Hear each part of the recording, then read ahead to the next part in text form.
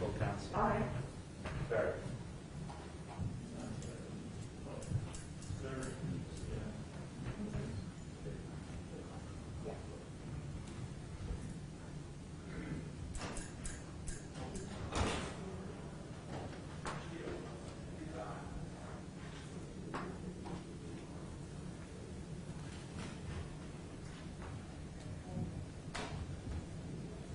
Let's check and make sure Mr. Gonzales can hear. Mr. Gonzales, if you can hear, please give me the thumbs up.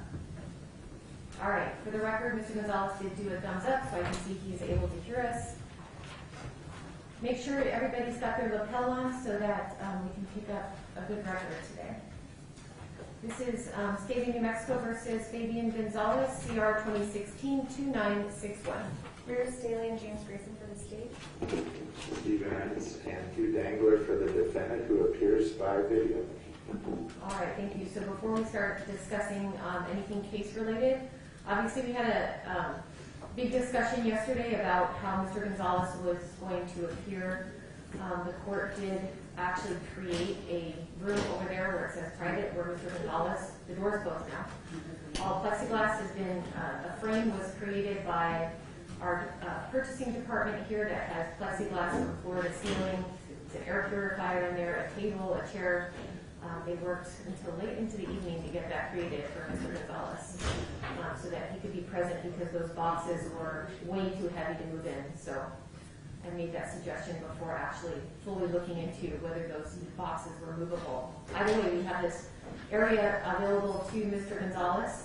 It's my understanding that he is waiving his appearance to be here in person. Is that correct? That is correct, Your Honor.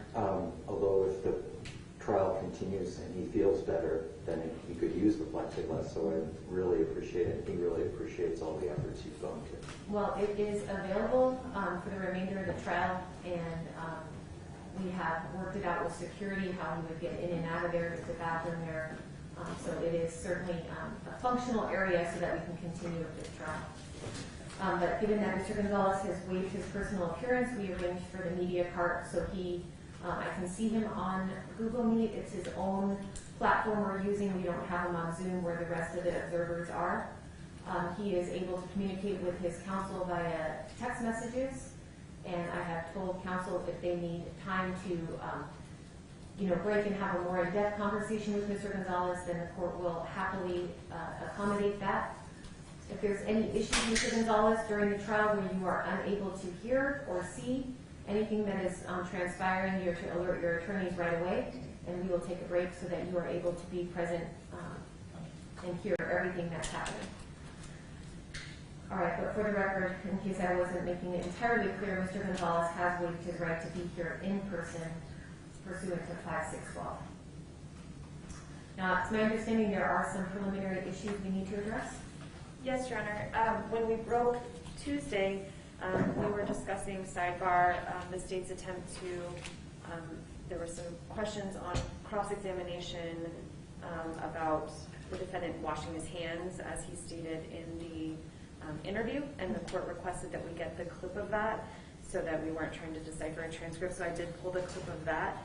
And then also, Judge, we would like to revisit the admission of just a portion of his Castigar statement. We had moved for admission of that during, I believe it was Detective Brown's testimony, where there was a lengthy amount of questioning about how he'd been coerced or pressured into saying that he saw things, and that but for that pressure he would have never said it. We have the secondary Castigar agreement done, I believe about a year later, with Detective Lewis, where he again told Detective Lewis that he did in fact see things in the apartment. We've made a clip of that.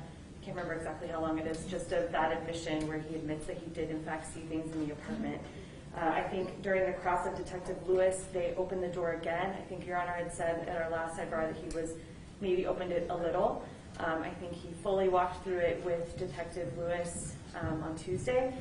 He went through the same sort of span of questions about the pressure and pressuring tactics, and he read some of the things said, like, isn't it true that, I believe there was a question along the lines of, isn't it true that if he didn't say anything, he'd be automatically guilty, things like that. So I think at this point, the state withdrew that request before and put the defense on notice that we were going to hold that off until they open the door again. If they have opened the door again, Judge, this is the second round of questioning with the detective, implying, inferring, or almost saying straight out that he only said he saw things in the apartment because he was pressured. But we have the secondary statement that they've been on full notice of where he said it again, not in those same circumstances. So we are asking again, Your Honor, to admit both of those clips, the clip of him saying that he cleaned his hands after he was arrested or detained, and the clip of his castigar where he admits seeing things in the apartment. So I can play both of those now, or? So let me ask you this. As far as the statement in the castigar, how are you going to introduce that evidence? Are you going to state what the purpose of that was, or are you just going to show that there was this prior consistent statement? I think it comes in, Judge, as a prior consistent statement. But are you going to introduce any information that this was pursuant to a castigar? I don't have to, Judge. We do have his castigar agreement marked. I would like to admit it. I think that this agreement for debriefing would be important for the jury to see and understand that on October 18th of 2017, it's a very different situation. He has his attorney there, so he has advice of counsel. I was going to ask Detective Lewis, was he Mirandized again? Was this gone over with him prior to giving any statement? I think it's important for the state to lay the foundation of what this is and what the parameters were, so they understand it's not the same as when he's in the initial interrogation. So one of the things that I brought up during our bench conference when we were talking about the castigar was the fact that there may have been a pressure exerted on defendant that was different by conversations with his attorney and potentially some strategy discussions between Mr. Clark, prior counsel, and Mr. Gonzales that required him to give a consistent statement at the castigar. How do we resolve those two things? And Judge, I don't disagree that it's a totally different circumstance, and I'm not privy to what Mr. Clark and Mr. Gonzales may have said about that. I think that can be explored on cross-examination. I think that they can ask this detective about sort of the circumstances. How did this come about? Did he talk to his attorney before? You don't know what his attorney told him or what he was expected to do. But I think the real problem is that despite being on notice that the state wanted to admit this, they again tried to go in and make this jury think that he only said those things because he was in this terrible situation with no shirt on and he's cold, or they're yelling at him, or whatever they're trying to imply when he said it again. So I think he's opened the door again. So I think whatever influences may have been happening, they can speak to their client about that. If their client can testify about that, if he takes a stand, they can ask this detective what happened in there, if there was any similar pressure. I mean, I'm sure they've reviewed it, so they should be familiar with what went on in there. And anything that happened in that room. So I think that it's fair game still, Judge. I understand that there may have been pressure, but they can't keep implying to this jury that he only said it because he was pressured when he said it again. I understand. I just don't know if we are going to let in all of the information on the castigar. Response from the defense?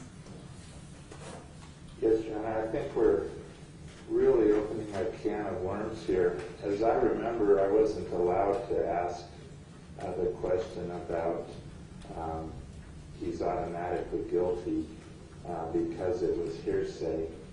I think that if you look at paragraph 4 of the castigar, it doesn't really apply to abusing the opportunity for debriefing, make a material false statement, commit perjury, and testifying at trial. Your client waives any objection to such cross-examination and rebuttal. I think that the pressures to say what he said are real. We didn't mislead the jury. And my concern with a subsequent consistent statement, it's not really a prior consistent, although I don't think hearsay is the problem here.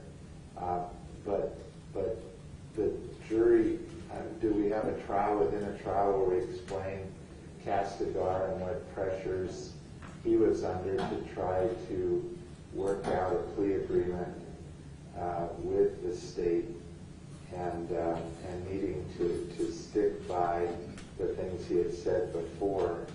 I just think that this would be an appropriate line if the defendant testified and they wanted to attack his credibility. But we've been denied the ability to put on any of his statement. We've only been able to deal with the statements that the prosecution chose, and the court found was not, I forgot what the word is, but it's not carefully crafted to mislead the jury as to what he's artful. There it is. And so, we're dealing with the statements the state chose, and we're bringing out what other circumstances there were. And so bringing in a subsequent consistent statement seems to violate that. What I thought the court had ruled on yesterday wasn't that we were going to bring in this contract that he signed where he's going to debrief and get into collateral issues that have nothing to do with, I'm trying to wonder, are they attacking his credibility when he hasn't testified? The proverbial door was they wanted to bring in parts of his statement, and they've been able to do that. He said what he said. So I'm very concerned about, getting attorney-client privilege waived yet again, asking Tom Clark what the proposed deal was, what he told to him. I don't know any of that, but I just don't think this jury needs to know either. Let's stick to what was said and what was done. Judge, just to read paragraph 4, I think he skipped the most important part where it says, in the event that your client is ever a witness at any trial, any other judicial proceeding, the attorney for the government may examine or cross-examine your client concerning any statements made or other information provided by your client during the debriefing, except as provided in paragraph 5 below. The important part here is, evidence regarding such statements may also be introduced by the government to rebut any evidence offered or elicited or factual assertions made by or on behalf of your client at any stage of a criminal prosecution. I think, Judge, it's important to say that any pressure upon the defendant to give a consistent statement is part of the calculation when he signed this waiver. This is a knowing waiver. It was gone over with his attorney. It was gone over in the Castigar hearing or interview before he gave the statement, and he was read Miranda. However, given the court's concerns, I think a fair middle ground, Judge, would be to allow the state to introduce the subsequent statement and the date it was made and say it was a statement given to Detective Lewis. All right, so as far as the statement in the Castigar, we're not going to get into what a Castigar is or the parameters of this particular Castigar. Well, I'm going to allow it, and the reason I'm going to allow it before I say is that the state has a right to rebut the assertion by defense that the only reason the defendant made the statements he did in his interview regarding what he saw in the apartment was because of this sort of extreme pressure by law enforcement in that interrogation room. It was sort of his theme throughout the cross-examination about the time that the defendant was in there, as the state pointed out, that he was in, almost naked and just his shorts. That there were multiple detectives coming in and out, that they lied to him, that they pressured him, they threatened him, and all this sort of comes together as in sort of the assertion that the defendant only made those statements because of all those things that were happening during that interview. So certainly the state has the right to rebut that by showing that there was another statement made by a defendant when all those things were not happening. But as I stated, I still have concerns about, going too deep into the Castigar because we don't know what happened with Tom Clark and the defendant, what those discussions were, and whether there was a strategy call to make a consistent statement versus an inconsistent statement based on how they were handling the case at that time. And so that's what I want to avoid. So what I'm going to allow is that the state can explore with this detective that there was a prior consistent statement that was given, and you can say the date.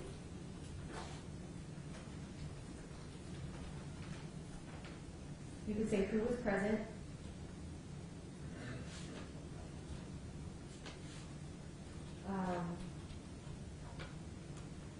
And what he said.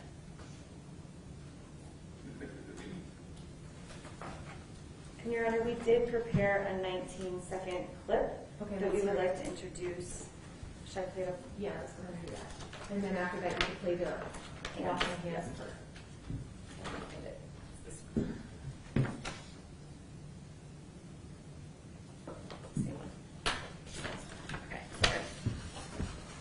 And for the record, I've marked this clip as States 402 for identification. This is from the castle.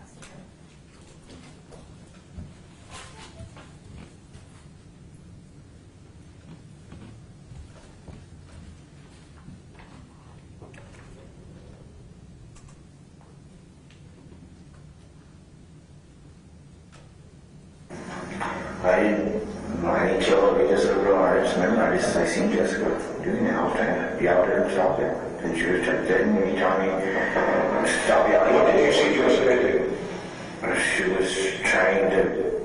She was just like trying to get rid of Victoria. Her body. I'll allow that. But the way you'll introduce it is just basically those four.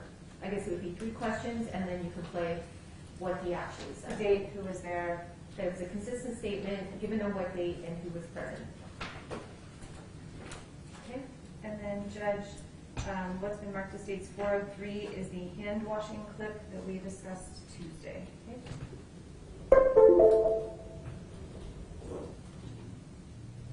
So when I asked you about the shower, I don't know why you don't want to answer that for me. You're telling me about the sprinklers, but let me just explain something. I told you that morning when I got ready. Yeah. Well, I was in my pajamas when I woke up and she woke us up and did all that. So where are your pajamas now that you were in? Right here. Your shorts that you were in? Yeah, I got that's one of my socks.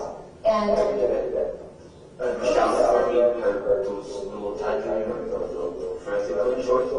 What her, I think it was maroon kind of shirt. so if Michelle's bleeding profusely, and then you're fighting also with Jess, and there's blood everywhere, and you have scratches on you, who's gonna, if I were to test that scratch, whose DNA would be in it? What's that from? Most probably Jessica. Okay. So Jessica's or you should have, if you didn't shower, a lot of smears, and your nails are very clean, your I'm hands just are trying to clean. get it up, but what I'm saying is my grandma's sleeping on the soaking wet when I knocked on my door. Well, isn't the apartment that you went to, it's right next to yours, isn't it? So the sprinklers I don't. knocked the wrong because I was scared. I didn't know there's that people like threatening me, saying that they're coming for me, they're making me. All right, any further argument on that, Mr. Ernst? Well, I don't see how it's consistent, but You don't see what? I don't quite understand the consistency, but I have no I'll turn it all further up. Hang on 1 second. I have to turn the audio down when we have the video playing, so I have to turn it back up. All right, go ahead, Mr. Ernst.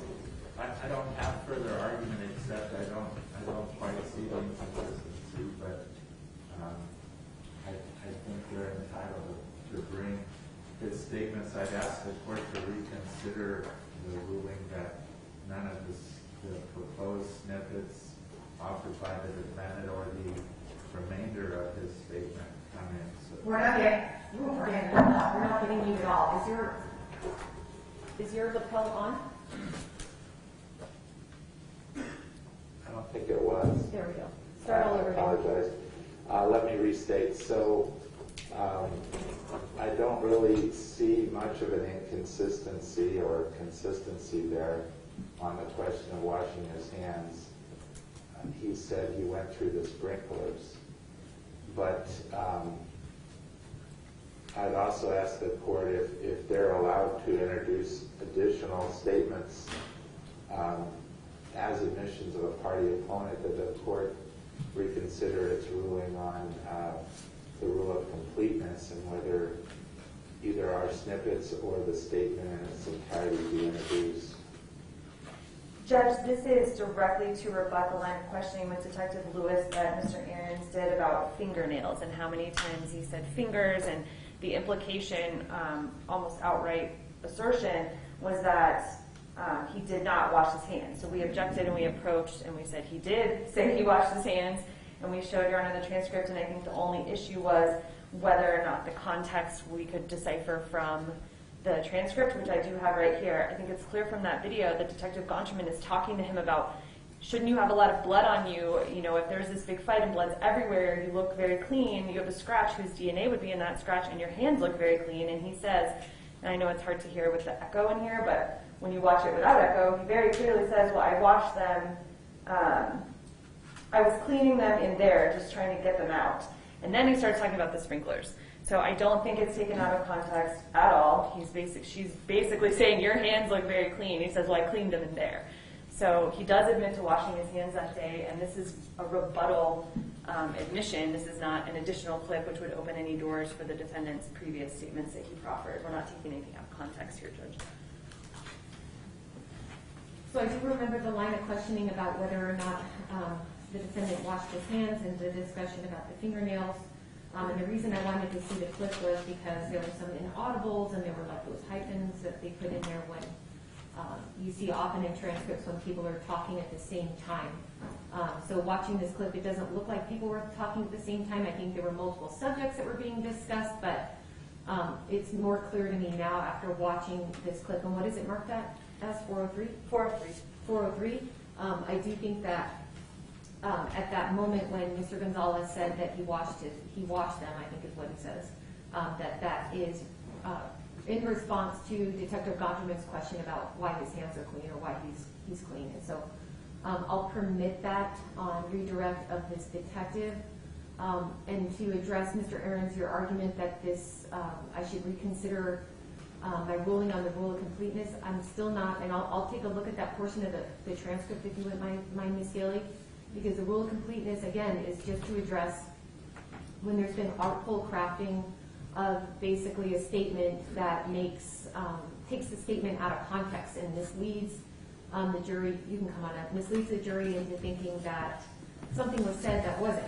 And so on your motion for the rule of completeness, as I mentioned, and as is contained within my order from, I believe, June of this year, I went through all the transcripts. I went through your motion, Mr. Ahrens, and your references as to how the clip you wanted to introduce provided context to the clip the state was offering, and did not see that there was any violation of the rule of completeness. It was a way of, in my opinion, the defense offering hearsay. And I maintain that opinion now, but I'm going to double check on this particular issue as far as the hands, because that is a new clip, and make sure that it doesn't violate the rule of completeness. One thing I would ask, Judge, and I understand the court's ruling, is I guess it's a pronoun there. I believe he was talking, if you see more of it, that he must have washed his hands at the Scott's residence after he pounded on the door there. And perhaps the detective knows where he was speaking about, because I think that could be a little misleading. It makes it seem like he washed his hands before he left the apartment. What's your response on that? I think we said it before, Judge. I don't think we know where there is. I don't know if it was at the police station or at the Scott's. I think it's fair game to ask Detective Lewis if he knows where there is. I don't think anyone can say. I don't know where he cleaned his hands, because he just says, I was cleaning them in there. So Let me just read a couple pages before that clip and make sure it's all in context. And Judge, just for the record, we did mark the Kessinger agreement. I know it's not admitted as 404, just for the purposes of the record. Okay, thank you.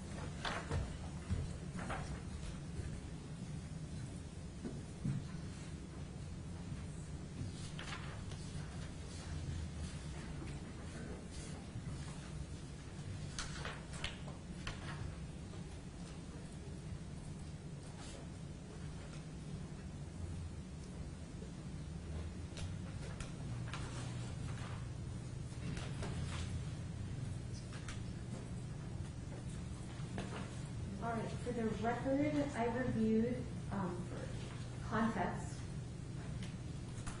So the portion that the state is going to play, which has been marked as 402. Which one? 403. 403. That's on page 146 of their transcript. I'm sorry, it starts at 145 and goes through 146. And so I went back to page 141 and I read through page 154 to see if there was some context that was left out of Mr. Gonzales' statement. And I'm not finding that this has been artfully crafted to mislead the jury. So I just want to make sure that that's clear. I don't think there's any violation of the rule of completeness. All right. Do you want to get your transcript back? Anything else we need to discuss before we bring in the jury? Nothing from the state, Your Honor. That was a defense. All right. Let's bring it in. Should we have Detective Lewis Come on.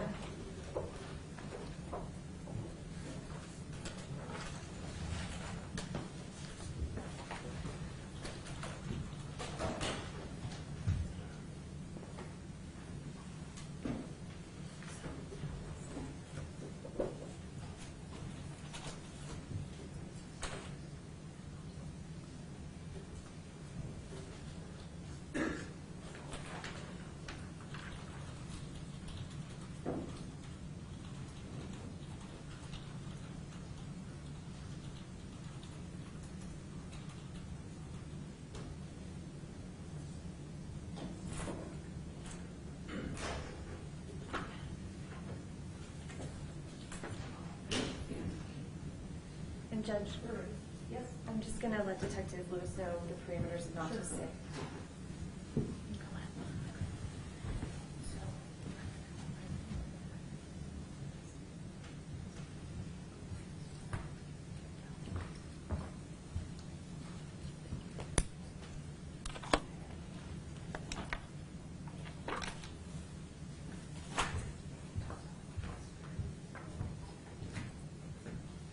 We're ready, Melissa. We're ready for that. 73? Yep.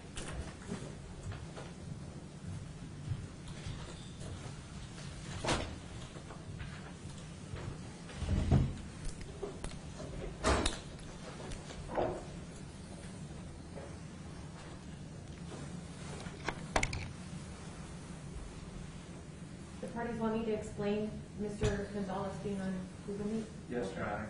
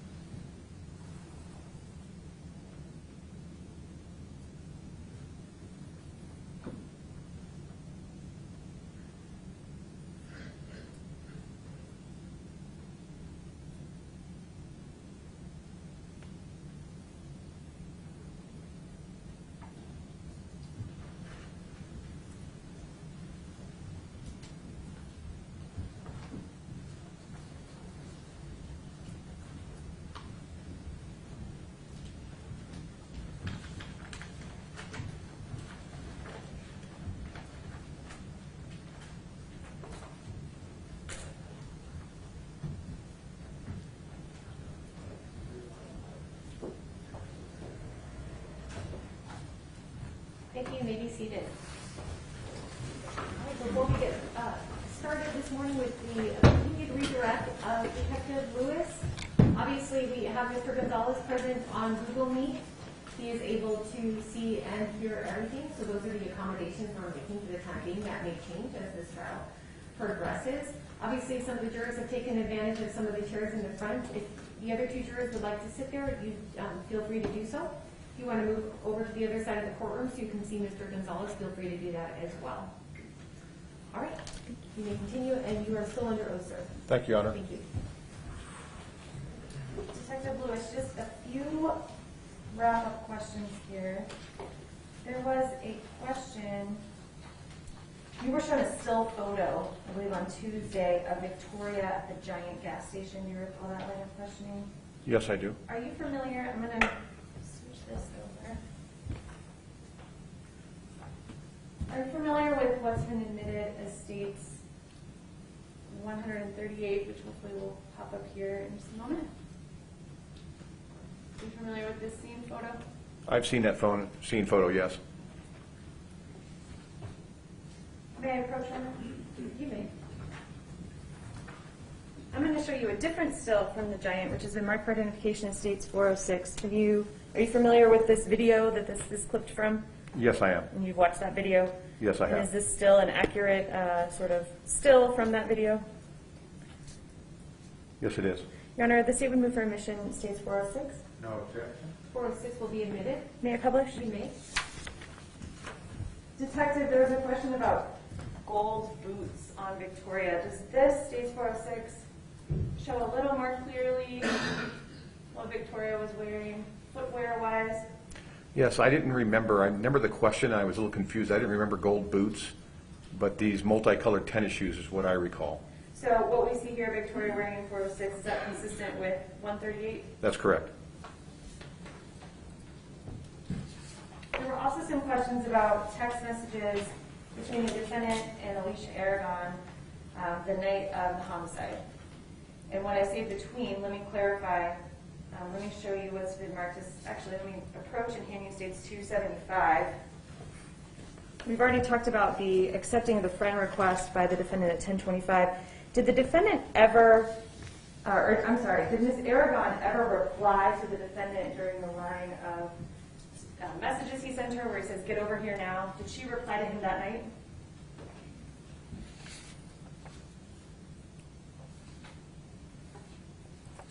Not from my memory, no, and from reviewing these records, no. And why did it take searching?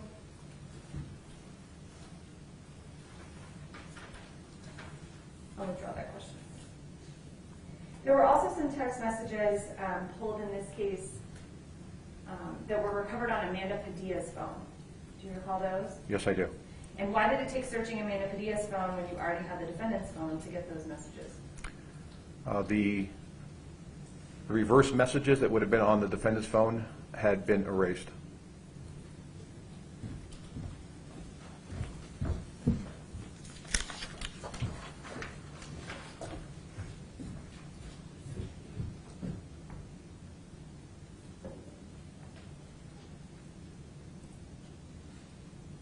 You were asked some questions about the DNA and which lab did what testing and where all that sort of was done. You were asked if the lab found any of the defendant's DNA on Victoria or if any of Victoria's DNA was found on the defendant, and your answer was a fair no. Do you On recall his, that? I remember I said on his body, no. On her body, correct. Was Jessica Kelly found on Victoria's body? I don't have any specific recollection, but there's so many DNA reports. I don't want to be inaccurate. But I don't have any specific recollection of that, no. We talked a little bit about, have you reviewed the autopsy photos? Yes. And I won't publish it again, but you recall the photo with Victoria's arms that were located in the trash bags? Yes, I do. And were her arms and hands covered in her blood? Inside the trash bag when they were found? Yes. Yes. And what about her body? How did her body appear? Was it similarly covered in blood like that? When she was located? Yes, and soot and... Was she bloody in the bathtub the way her arms were bloody in the back? No, she was not. Did she appear to be clean, her body? Yes. What does it mean to you that male DNA is found on her fingernails despite being in that bag?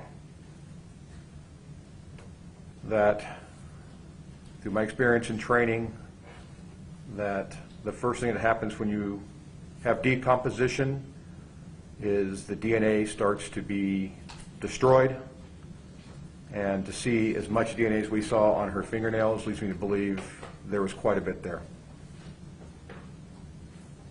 Of the male DNA, I mean.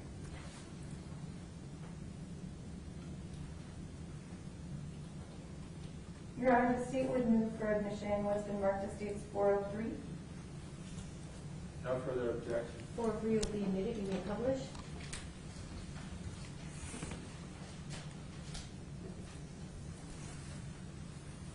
Detective, you're familiar with the initial interview with the defendant at the main police station? On the 24th of August, yes, I am. Correct. I'm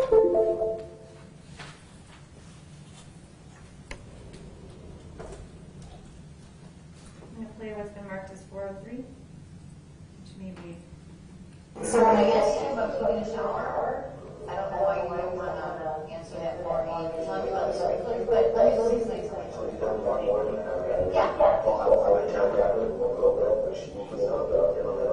So where? It's a little hard to hear. Let me pause and say and ask you, Detective, do you remember a line of questioning about the defendant showering or cleaning himself by Detective Bonnerman? Yes, I do.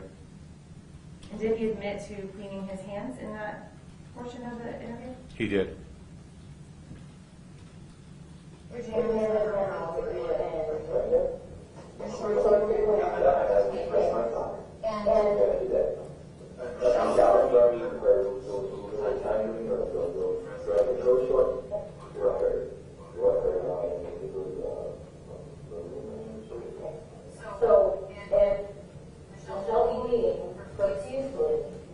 And then you're fighting also with Jeff. There's blood everywhere. And you have stresses on you. We're gonna, if I were to discuss that stress, PD, and that one. So, you should have, if you didn't shower, a lot of like 2 years, and we also were a team, and then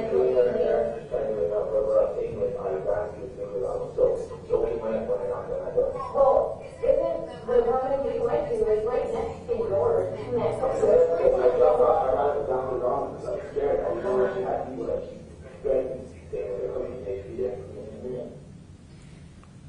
No, when the defendant said, I was cleaning, he's asking about his nails looking clean, and he says, I was cleaning in there. Do we know where there is? We never determined where there was.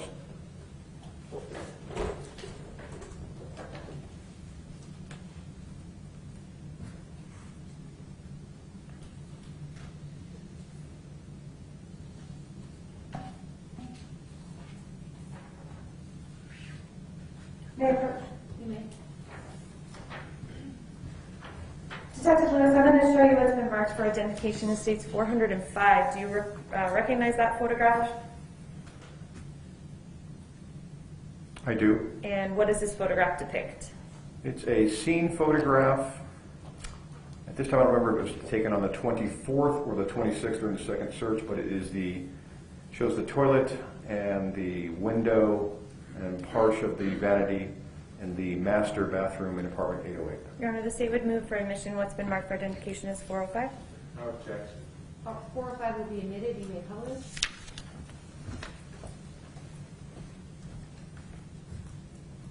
I'm going to publish 405 in just a second.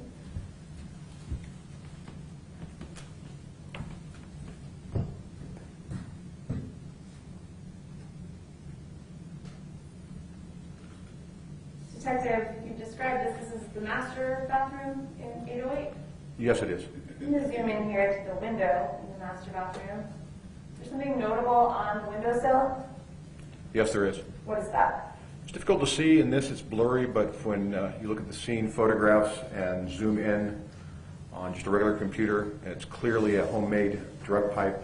It gets fashioned out of some sort of aluminum foil type material. Is this what you were talking about on Tuesday when you said there was a pipe that was documented in the master bathroom? That's correct.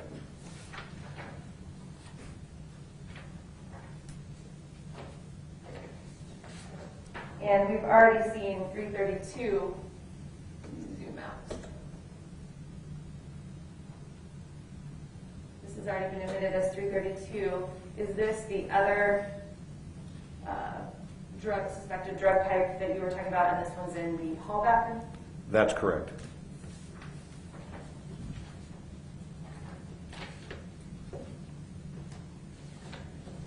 Detective Lewis, on October 23rd of 2017, did you take a statement from the defendant in this case? I did. Who was present for that statement? Of course, myself, the defendant's then attorney. I believe you were there. I believe Mr. Grayson was there. There were several people there. Your Honor, the state would move for admission what's been previously marked as 402. No further objection? 402 will be admitted, will be published.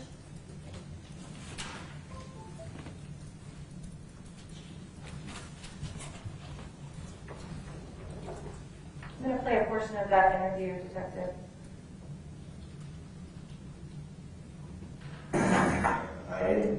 I told this girl, I remember I seen Jessica, you know, the others talking.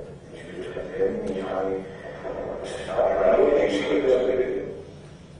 was trying to, she was just like trying to get rid of Victoria.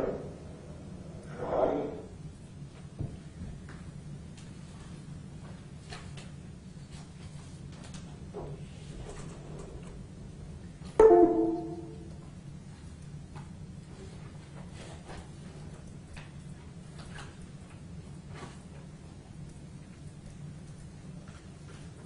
Detective, based on the evidence in this case and the timeline of everything you put together, phones and what the witnesses saw, who do you know was present in the apartment when Victoria's heart, liver, and sternum were removed? Based on everything in the investigation, I believe that Michelle Martens, Jessica Kelly, and Fabian Gonzales. May I have a moment there? You may.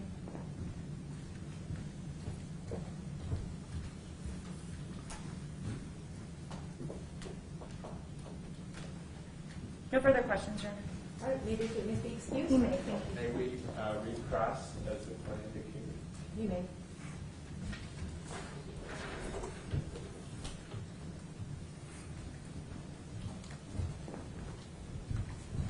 Just a couple of questions. Yes, sir. So when the defendant was saying, and this was Detective Donnerman he was speaking to when we were listening to that clip? Yes, sir. And how far into the statement, if you know, of the 9 hours, at what hour were we when he talked about his cleaning his hands? Without reviewing the statement, I just can't give an accurate time. Okay. And he was telling her, as I understand, that she was asking, well, why aren't you bloodier, I think, is kind of what she was getting at, that Michelle was bleeding and he didn't look that bloody, right? Or how would you describe what she was trying to get? She was trying to determine if there was going to be any type of blood transfer. Okay. And he was asked, whose DNA would we find on those scratches that you have? And he said it would be Jessica's, right? Was that in the clip? It was difficult to hear. I don't remember that in the clip. I know it was the conversation about the transfer. Did he shower? So, is your lip hollow? I hope not. Now it is, All but right, it I think wasn't. that was the problem, so I had to turn it way up, and that's what we got the feedback. Go ahead. Okay, I have it off, so, and it was off. No, I want yours on. Well, you want mine off? All right, because I'm having to turn it too loud to hear you. Okay, good. Yeah, How's it doing? much better. Thank you. All right, so he denied that he took any shower that morning. He was dressed as he was dressed when she came in with the iron, right? That's what I recall, but it's unclear. They're talking over each other. There was some conversation. Detective Gotterman says, you know, you look clean, your fingernails looks clean, and that's when he made a comment about I washed my hands or fingernails or something there. in that. Didn't he say in there? In there, and we never, And we're not, as you said, we don't know where there is. exactly. I guess there's two possibilities, aren't there? One is there a bathroom in the interrogation room, or when you take breaks, you can go to the restroom? Yes, in the main police station there is, yes. Okay. And then the other possibility is the master bathroom, if he meant by there the master bathroom in the apartment. He could have meant there, or we consider the possibility of apartment 407 where he and Michelle Martens went after the altercation. Okay. So any one of those three seem possible as far as where there was, right? We just never determined, as we keep saying, where there was. Now, in terms of the drug pipe in the master bathroom, didn't it have marijuana residue? It was not collected. It wasn't important enough to collect? I wasn't the crime scene technician, sir. Okay. But you are aware that they did find a small amount of bowl, or whatever they would call it, of marijuana on his nightstand? In apartment 808, yes, sir, that's true. Thank you, that's all I have. All right, may this witness be excused? You may. All right, you may step down. Thank you, Your Honor.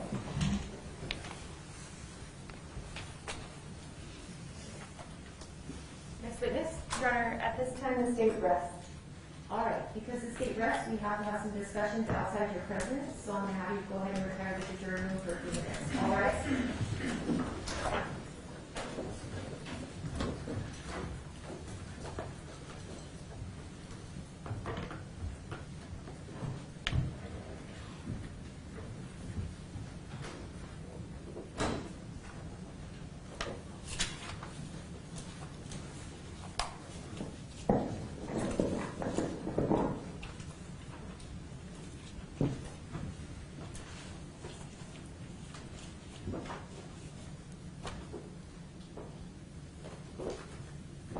You may be seated.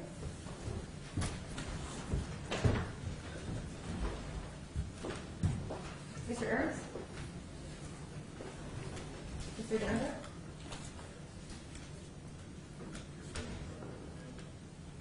And for some reason, that seems to be an area where there's a lot of feedback, so if you could come up to the podium and make your argument, that would be great.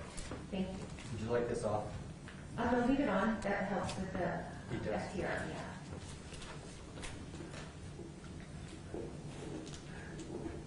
Sort of big.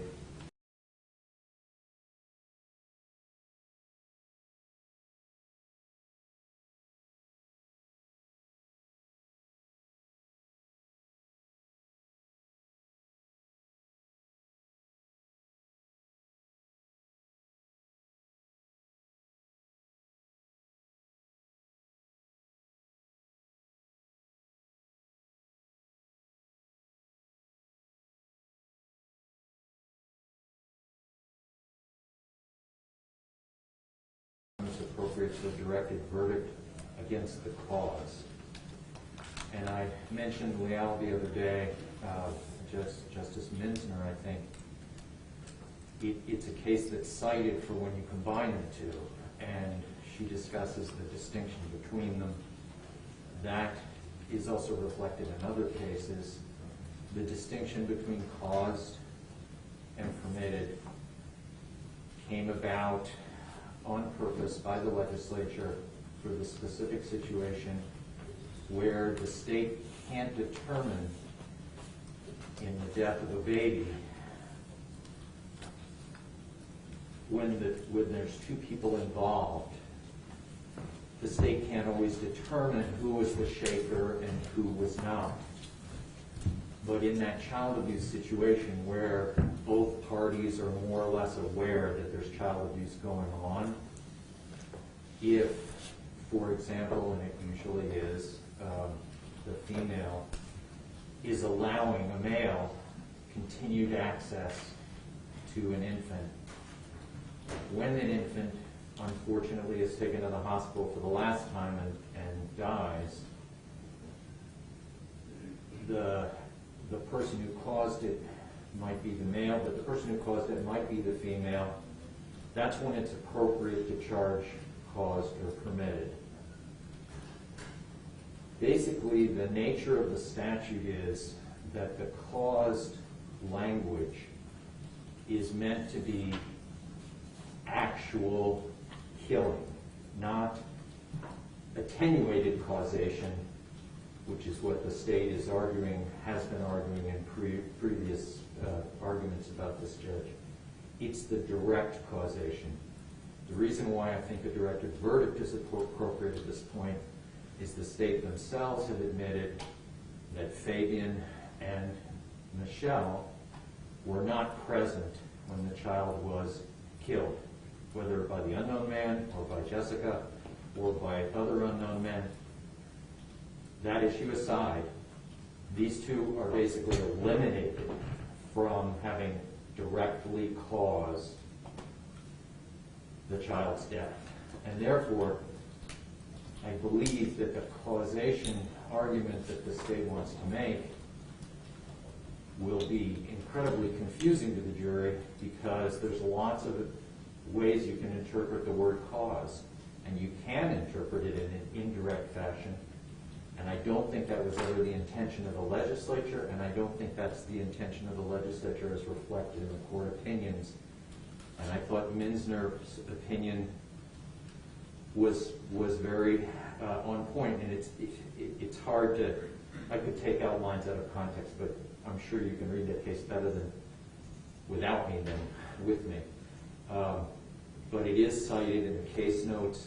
We already had a serious discussion about the instruction that goes with permission and why I thought this was the case of permission. But now I'm just trying to make a very direct argument that causation instruction is just error. And I think it would be error if it was combined with if you did one instruction and combined the two, which was an idea the court had at that time. And that's what caused me to research the instruction again, go reread Leal, which they cited to, as when it's permissible to have the two together, which was the idea you had. But I don't think it's permissible in this case, where the state has basically put on evidence that proves that the defendant is not the murderer. I have a very minor argument, if you'd like to hear that now too, about the socks. For Cameron Church? Correct. Let's do one at a time. Okay. I think it'll be a little bit clearer. So let's address, so it sounds like the defense is raising a directed verdict only as to the recklessly caused child abuse. Mr. Grayson? Thank you, Your Honor. And let me begin by apologizing, Your Honor, for getting us sidetracked on the instructions. That was purely bad draftsmanship on my part, and not at all an attempt to change how we were presenting the case. I think Your Honor was absolutely right that the defendant's threats need to be in the jury instruction, and we've added that, and I tightened up that language as well to make sure that those threats refer to specifically to the barbecue, and that the drug use refers specifically to the day of the homicide. So those are the most recent jury instructions we submitted.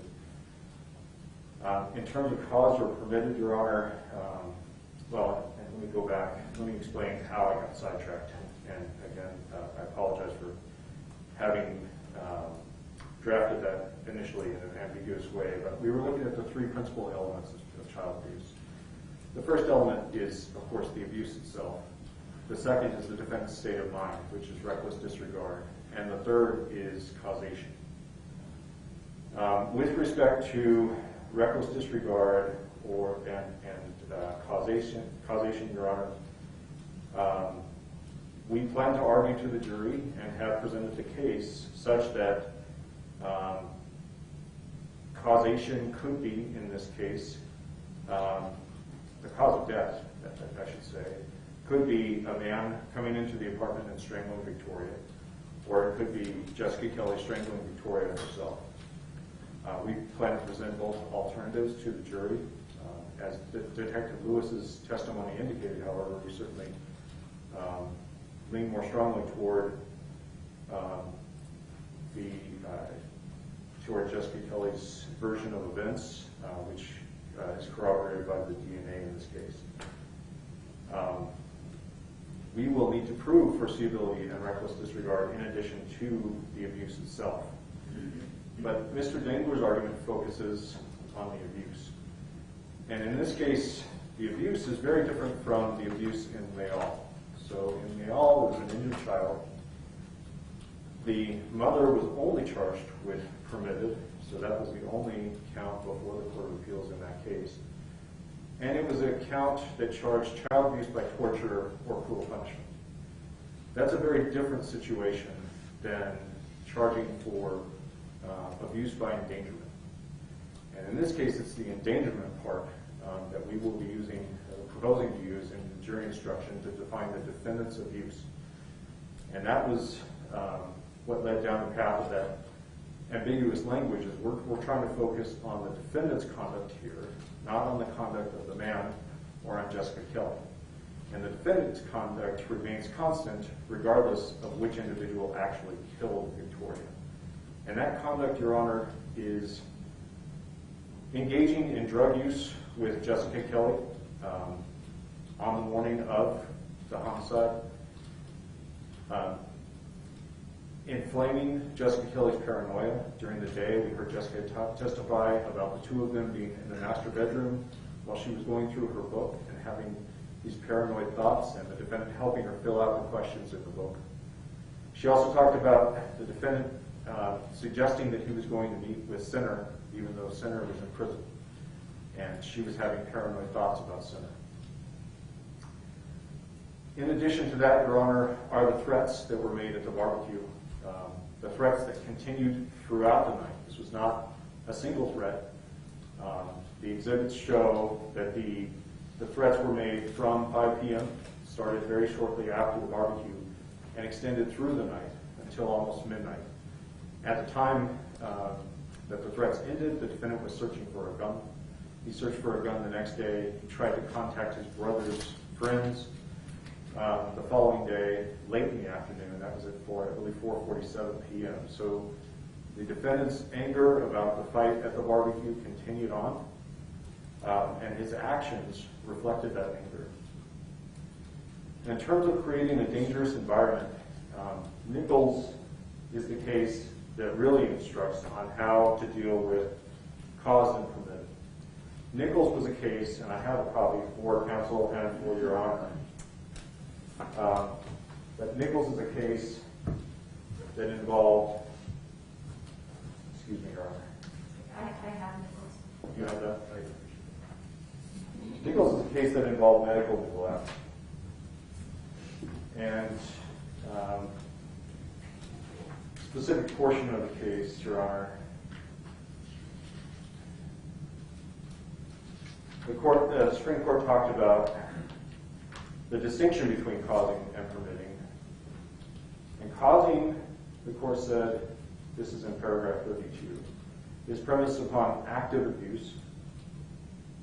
Permitting is premised upon allowing the abuse to occur. Now, in the Leal situation, that makes sense, because this is torture or cruel punishment. One person inflicts the abuse, the other person allows it to occur. In the situation of medical neglect, however, the court said that distinction loses some of its meaning. The same is true when it's a dangerous environment. And we know from case law, Your Honor, that a dangerous environment can be child abuse. State versus Jensen involved a filthy home.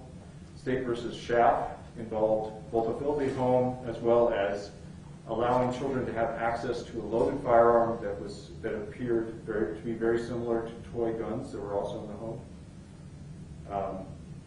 In addition to that, State versus Watchman was a case in which the mother left her infant or toddler, I don't recall, in an unlocked car in a bar parking lot while she went in and got drunk. And the Court of Appeals talked about the types of things that could have happened to that child. The child could have left the vehicle, could have been run over, could have encountered someone who was dangerous in that parking lot. That's the type of abuse that we're talking about in this case. So the cause here is creating a dangerous environment. Permitted actually doesn't apply at all because there's nothing the defendant permitted with respect to the dangerous environment. He created it himself. Now, Michelle Martens, on the other hand, she pleaded guilty to child abuse resulting in death caused or permitted. And that makes sense because she allowed the defendant to create this dangerous environment. But he's not in a situation of allowing anything. He's in control. He's the one who's in control of Jessica being in the apartment, Jessica having methamphetamine in the apartment, the defendant encouraging that meth use and asking Michelle to join them in smoking methamphetamine, stoking the flames with her paranoia, making the threats at the barbecue, and then placing Victoria in Jessica's care.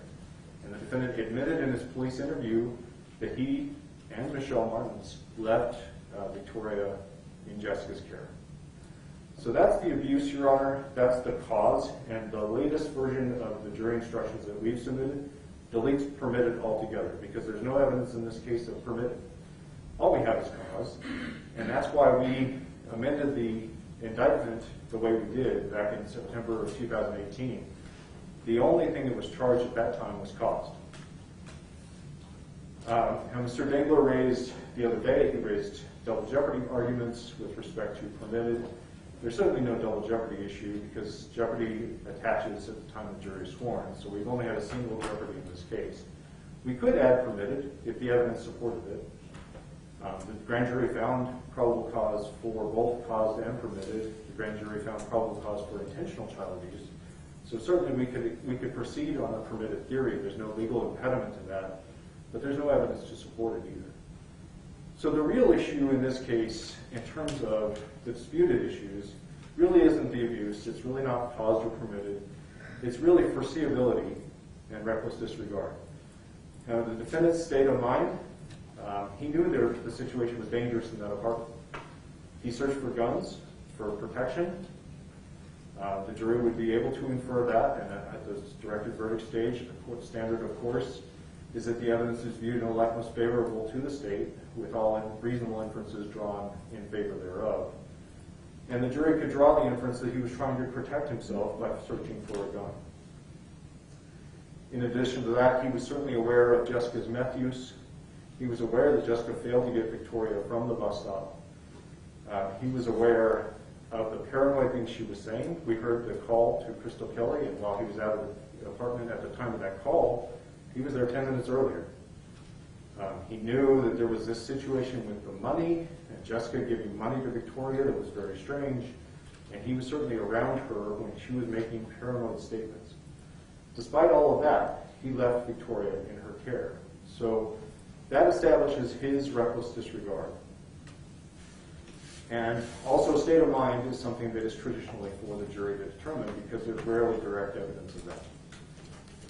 In terms of foreseeability, Your Honor, that's also an issue that is traditionally left with the jury. In terms of causation, all we need to show is that there is a natural and continuous course of events that led to Victoria's death, and that it could have been foreseeable for this defendant that Victoria would have been in harm's way. We don't have to show the specific danger. We don't have to show that the defendant foresaw that she would be strangled. We simply have to show that he foresaw that she was in a dangerous environment that could lead to serious harm. And he knew that. He knew that. And he engaged in acts that created a situation in that apartment that was dangerous for Victoria. And it was foreseeable. And so based on all of that, Your Honor, the state would ask the court to deny the motion for directed verdict on count 1 child abuse. Mr. Dangler, go ahead. Thank you, Judge. I understood that counsel was relying on Nichols, and so I was just rereading because I did read all these cases.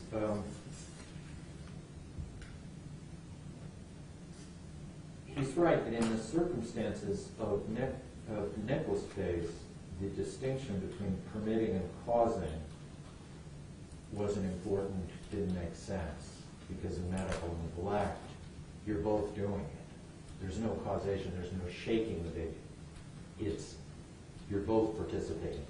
So the cause and the permitted distinction that I'm arguing goes away. I completely agree. And there could be factual circumstances where it goes away. This is an outright murder, apparently by strangulation. This is not caused or permitted some neglectful situation that went forward. And I would note in paragraph 32, after Justice Lawson says that, causing and permitting in the context of this case doesn't really make sense. Our courts have repeatedly stated that causing, in quotes, and permitting, in quotes, child abuse are distinct theories. One premise upon active abuse, causing. The other upon the passive act of allowing the abuse to occur.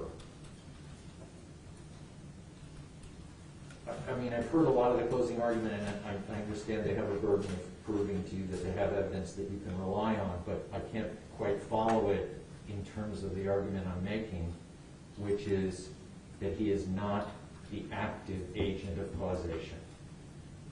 If he is creating a bad environment, he's a passive agent. He's similar in his role to the unfortunate mother of a child who has a violent boyfriend whom she continues to see and continues to allow access to her child. I know that permission doesn't sound inherently what they want to argue, and they can certainly use the term causing in their permitting argument. It's not prevented. They can argue any way they want to. They can make their argument that way, but the actual law that they're trying to apply, the statute that they're trying to apply, matters. And the history of the statute, the legislative history, the Supreme Court history, all says there's this distinction. I've tried to check with as many people as I know, and they all see it that way.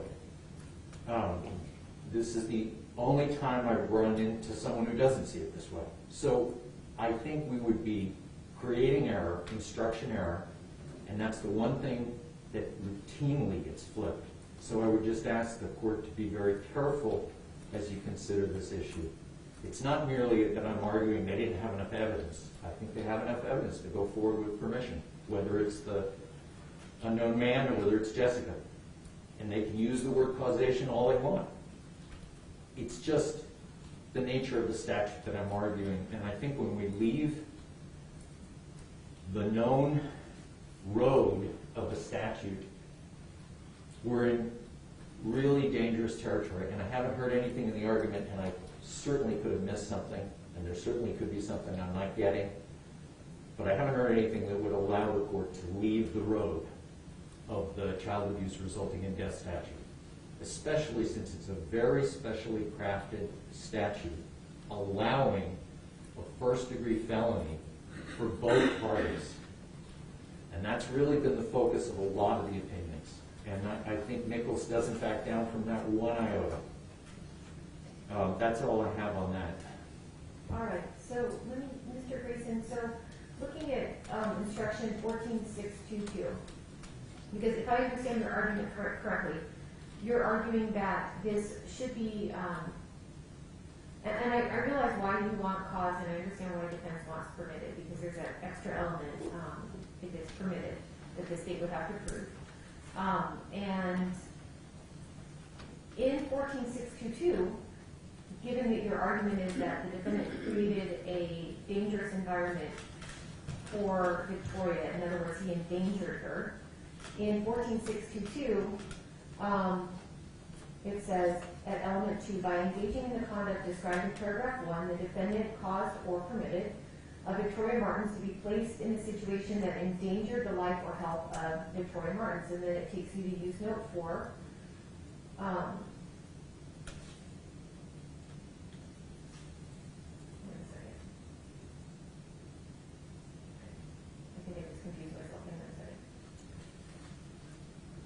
Are you stating, let me ask you this, that to be placed in a situation that endangered the life or health of Victoria Martens, that element, that selection, that bracketed portion, can be used in a child abuse recklessly caused? Or is that only available and recklessly permitted? Your Honor, in terms of, let me make sure I understand the question, in terms of the placing the child in a dangerous situation. Because your argument is it's an endangerment. And that's what's here in your Correct. instruction, it's an endangerment, there wasn't obviously active. So it's more of a active in the sense that he endangered Victoria Martens by creating this situation. So if it's an endangerment theory, which I think we can all agree on, can it be recklessly caused Yes, Your Honor. under the law? Yes, Your Honor, it can be. And I think it can be permitted as well, and that's why I mentioned Michelle Martens, because she allowed the defendant to create this environment. There could be a situation where one parent creates a very dangerous environment for children, or anyone else, for example. Let's say a parent gets into a car with a friend who is drunk, and that drunk driver then crashes, and the child dies. That friend caused the dangerous environment. That friend is on the hook, even though that friend, who was the driver, is not a relative or a parent or a guardian. Right, and I'm not going to worry too much about that issue right now, because I think we'll get to that when we get to jury instructions. So we're just talking about cause. So can you cause child abuse by endangerment?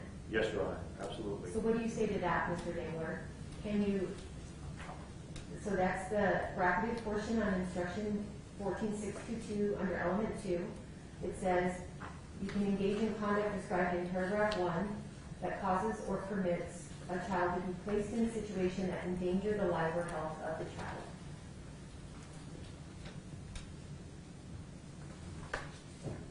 That was the second argument that I heard, besides Nichols, that this is somehow a different kettle of fish because it's child endangerment. But are you looking at the instruction because it's included under 14622, which allows that endangerment instruction for a reckless disregard, caused or permitted, both. It could be either. Is it under the same child abuse resulting in death statute? 14622 is for child abuse resulting in death, reckless disregard, child under 12. And there's 3 ways it can be caused: by endangerment, by exposure to inclement weather, or to be tortured or cruelly confined or cruelly punished. Obviously, the only one we're dealing with is the endangerment. So then it refers you to use note 4 that says use only applicable alternatives. But there's nothing in that particular portion of the UJI that states that endangerment is only available under recklessly permitted. So if endangerment is available under either permitted or caused, how does that jive with your argument that you can't cause child abuse by endangerment? I'm making this argument based on my understanding of what the legislature did when they made it a first-degree felony. And they're referring to the real case in there, but they're referring to leal in the sense that you can give both caused or permitted in the same instruction. But go ahead, can you pull it up, or do you want to look at it on my screen? Come on up. And if the state wants to come up or give a copy, whatever you prefer. And Your Honor, I also have a copy of State v. Schaff, which I mentioned earlier. That is a dangerous environment case. Mr. Gonzales, your copy. Oh, thank you. So 14622, which I think is ultimately the instruction we're going to be using, whether it be caused or permitted, or 2 separate instructions.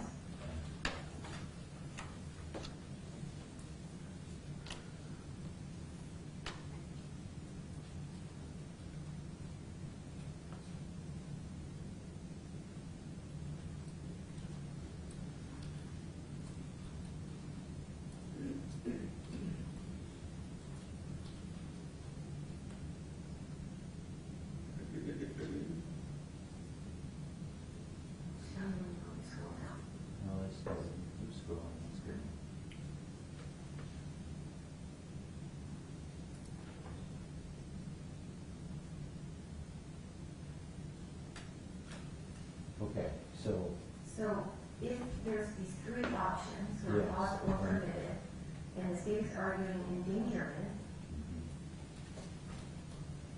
so I think, just to sort of fast forward a little bit, I think the real issue is going to be this element 4. Because if we're going to instruct on permitted, then obviously we have to provide that element that the defendant was either character guardian, custodian, or had accepted responsibility that's required under permitted, not required under cost. But the endangerment itself Yes. can be a cause of permitted, but go ahead. No, I'm with you, Judge, and I will, I just called Mr. King, I don't mean to interrupt you, Mr. King, I just would call his attention to paragraph 8 of SHAF, which does refer to causing or permitted. Paragraph 8. Yes, you are. is this a child abuse resulting in death? No, it's not resulting in death, it's a dangerous environment case, child abuse.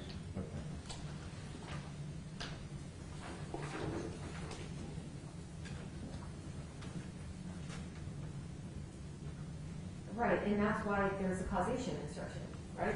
The whole reason there's a causation instruction is kind of what you're getting to, Mr. Dangler, is that, there still has to be a nexus between the conduct of endangerment and the death. And that's for the jury to decide whether that was so remote that the defendant was not a foreseeable risk, which is included within 1462. That causation issue, is super relevant here, and I think that's why the state has submitted that, and I think the defense as well, the causation instruction. Right. But to simplify it, I think it's oversimplifying the reading of the statute to say that child abuse can only be caused if there's an act. It's oversimplifying. I think it could be failure to act, or by, and I guess it's sort of a blending between the two, not only failure to act and act, but just endangering the child, whether it be putting them in a car with somebody who's drunk, or in this situation, exposing the child to somebody who's actively paranoid and under the influence of methamphetamine. And knowing that is that endangerment, and I think that though it's not an overt act, it is contemplated under the statute. And instead of analyzing whether it's caused or permitted, it's more of whether the causation element has been met by the state. Certainly in a causation argument, you're absolutely right. There's going to be a question of proximate cause. And I think we submitted a proximate cause instruction as well to the court. Let me think more. I know people don't say this. You can make a ruling right now. I'm fine with that. I will think more about this issue of child endangerment and the expansion. And I know this is what you're trying to tell me before, but I know you heard my point, and I will look at that, and if I will re-raise it when we before we give the instructions, if I really still think it's error. Absolutely, and I think what we can do is sort of have another directed verdict argument after you present your case, and we can talk about it a little bit more. But my feeling is that, and again, reading this particular UJI, that you can cause or permit by endangerment. Right. And it's really a causation question. So the motion for directed verdict at this point as to causation on count 1 will be denied. So let's move on to the tampering of the sock. Thank you, Judge. And this is a very peculiar argument because it's a sort of a partial argument. I don't know the basis truly of the tampering charge with socks, but it appeared from counsel's opening that there was a suggestion that somehow he's dumping his sock and Michelle dumping her socks in the neighbor's garbage was tampering. I heard that in opening, and I did take notes. If that's the basis of the tampering charge involving socks, it shouldn't go forward because in his first police statement, he tells the officer that he took off his sock or socks. There's an issue about that, and that Michelle did, and they dumped it in the garbage can. The tampering statute contemplates that the movement of things, the rearrangement of evidence, has to be with the purpose of frustrating law enforcement. If in your first voluntary statement, when he isn't even under arrest, he tells him about those socks, I don't think they can be the basis of the argument on that count. Now, there are 3 other socks involved, so if their argument involves those 3 socks, the orange and the white one and the black one, that apparently is his as well, that's in the orange basket, I don't have a directed verdict argument for them. but I don't think they should be permitted to argue anything about the socks that they took off and put in the neighbor's basket, because it has nothing to do with tampering. Response? Your Honor, that charge is related to the socks that are in apartment 407. We're happy to add that to the jury instruction to clarify that. Okay. But that's a reasonable inference the jury can draw. The defendant in this case said he had blood on his socks, and his socks got wet in the sprinklers, and so he threw them away. Throwing socks away because they're wet is not a typical response to wet socks. And the jury can draw the inference that the defendant in this case believed that his socks contained trace evidence and threw them away so that they wouldn't be discovered. And in fact, there is another sock of the defendant's that's of relevance in this case, and that's the sock in the laundry basket, which did have biological material on it, and also had the defendant's DNA on the inner sole of the sock. So those two socks are connected. And the jury is able to draw the inference that throwing socks in a trash can is an intent to interfere with either prosecution or arrest, and that's all that's required for the tampering statute. Mr. Damer? I suspected something like this. The argument is just that as to the sock that he threw in it can't be tampered. The sock that he threw in the hamper. Not I'm tampering, sorry, the trash. in the trash. It can't be tampering. If they came back with a verdict based on that, it would be overturned, because the case law is extremely clear that you have to have an element of trying to prevent law enforcement from doing their job. I would agree that the other three socks that are in the house, they can charge with tampering, but it's precisely this kind of argument that I want to cut off, because that's not fair game. That's not tampering. And if it were a single count of one black sock thrown into the neighbor's trash can, I would ask the court to direct it out, and I think I would have brought you case law. But this is arguing a partial issue, and apparently it's still an issue for the state because they want to argue inferences from it. You can't take an inference from it. Your Honor, if I could just briefly respond to that. The state didn't nullify the count related to the iron in this case, because that iron was, the evidence in this case is that iron was only connected to the fight between Michelle Martens and Jessica Kelly, and the defendant threw the iron over the side of the balcony. We nullified that count because that was not connected to Victoria's murder. The sock, however, in the apartment is completely different. And he did not present the sock to law enforcement and say, here's my sock. And the fact that he admitted it after the fact does not show that he lacked the intent to prevent his prosecution earlier. And because the evidence is viewed in a light most favorable to the state at the directed verdict stage, the state asks the court to deny the motion. Let me look at the UJI on that real quick.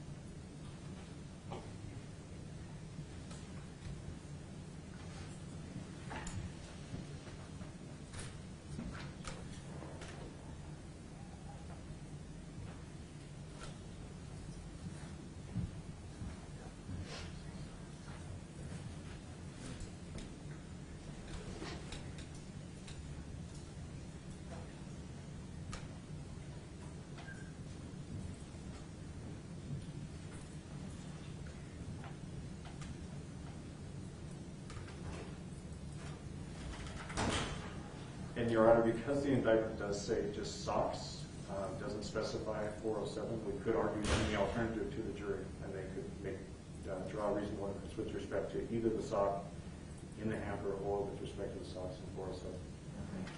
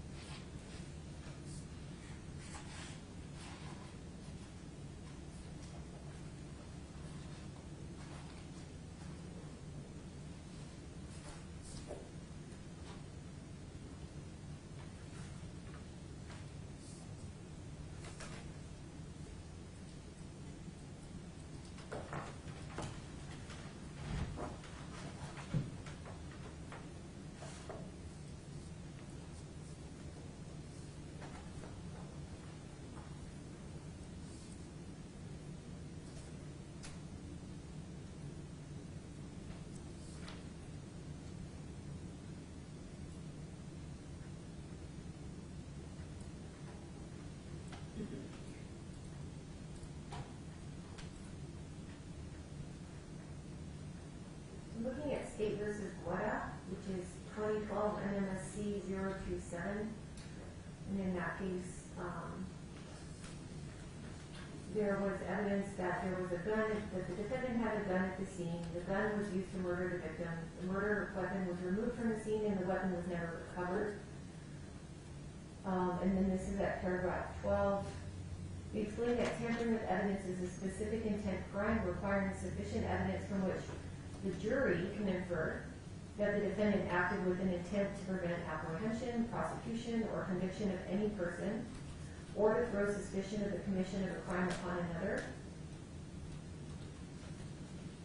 And so the court goes on to state there was no direct evidence to show the defendant intended to disrupt the police investigation, nor did it provide any evidence, circumstantial or otherwise, of an overt act on the defendant's part from which the jury could infer such intent.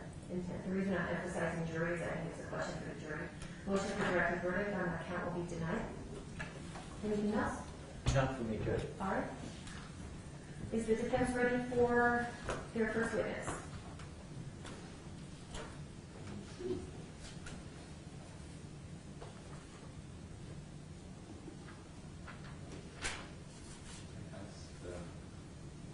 She is waiting for my call, so call. All right, why don't we take a 5-minute break while we get her lined up, and that way we get into the Okay, so all rise, we'll take 5 minutes.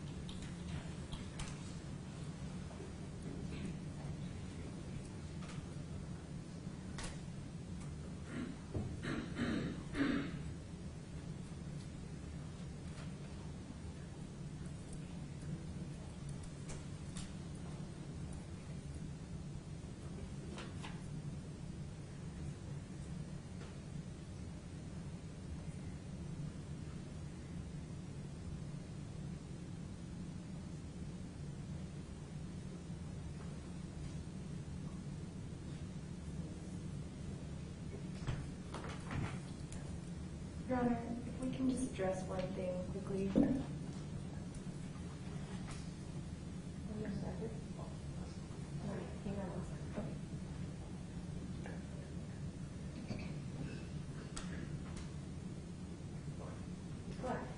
Judge, I just want to bring to the court's attention, apparently the defense witnesses are showing up with like spouses and other people, and apparently there's a ton of people in the hall right now. When the state was instructed about witnesses, witnesses had to come alone. So I don't know what's different now, but I think it's a COVID concern. We're having these jurors walk through, and it's a concern just the jurors have to walk down the same stretch. So we would just ask Judge that the defense witnesses come alone, the same as the state's witnesses have to come. Mr. Ernst? Well, I know yesterday the security told me that Joseph Gonzales would be allowed to have his wife come. I don't know about Denise de los Santos. If someone came with her, I know that she's young. She's like 19 years old. And I'm trying to think if there's anybody else. Oh, Amanda Wilson, her mother came until she found out that we could switch witnesses because she has dialysis, so I believe Lisa has left. Okay. So, as far as the 19-year-old witness, I mean, I think it's okay if her mom is here, but for the remainder of the witnesses, I mean, it's okay if they're accompanied to the courthouse, but not coming into the hallway there or into the courtroom. I think that, especially now with, as the state has pointed out with COVID, and we just need to restrict the number of people who the jurors are having even limited contact with. So if they're out in the hallway now, let's go ahead and have your witness, the 19-year-old with her mother. They can go either sit somewhere together out of the hallway and bring them back when they're ready to testify, versus just sort of lining up in the hallway. So I'm not familiar. It's no longer a public hearing. Is that the court's position? Or? I'm not saying it's not a public hearing. It's obviously being broadcasted on Zoom and streamed. It's not. I have the ability and the discretion to limit the number of people in the courtroom so that we can proceed. And so that's part of the decorum order, and they can join via Zoom or live stream like everybody else. Well, Judge, I mean, this is going to upset witnesses. I know that's the purpose of this. It could be in other parts of the courthouse. They will not be in the hallway. Right. Thank you.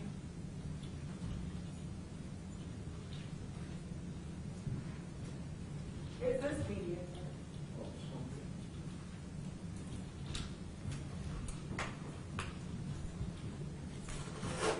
What's it not doing? So this wasn't working? They're using this from the other piece.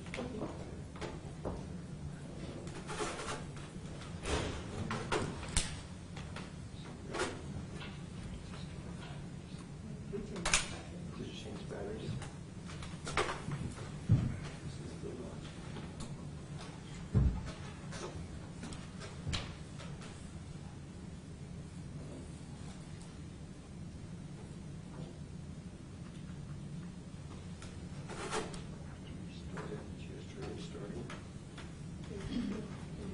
Yes, she did.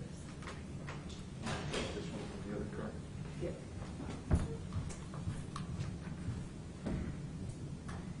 Judge, there's nobody outside, so I don't know what the crowd is. All right.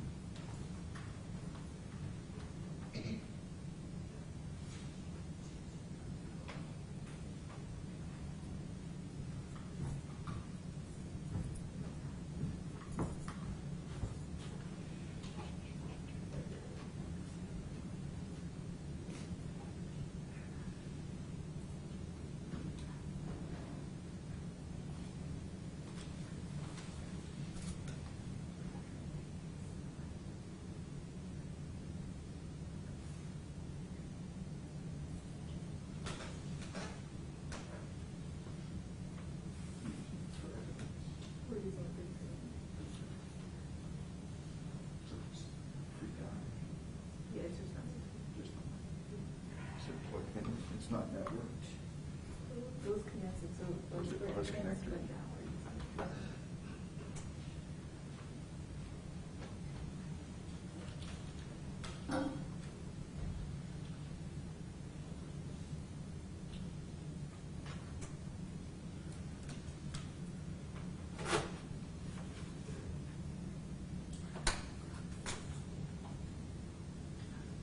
That was the dongle you said you put your batteries in.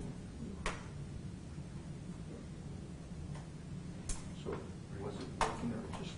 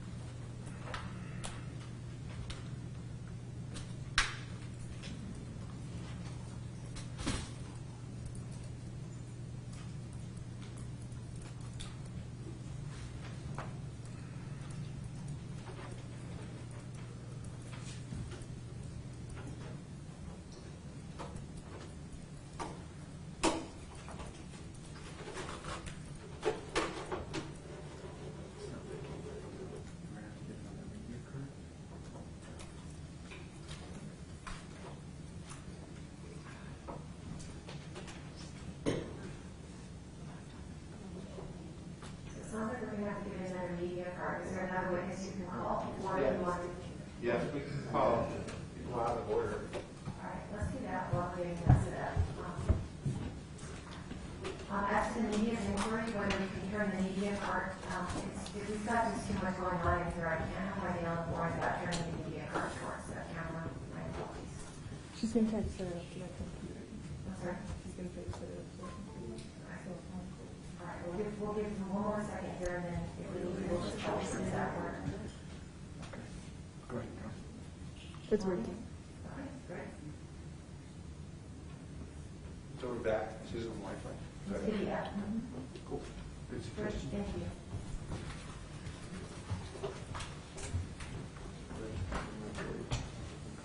Try and get it done with another meeting.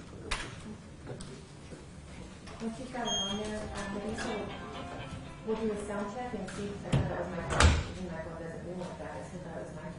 Could you turn the media card so that we can make sure we're getting good sound for FTR once we get it on? And then if you need to direct it, we can fix that.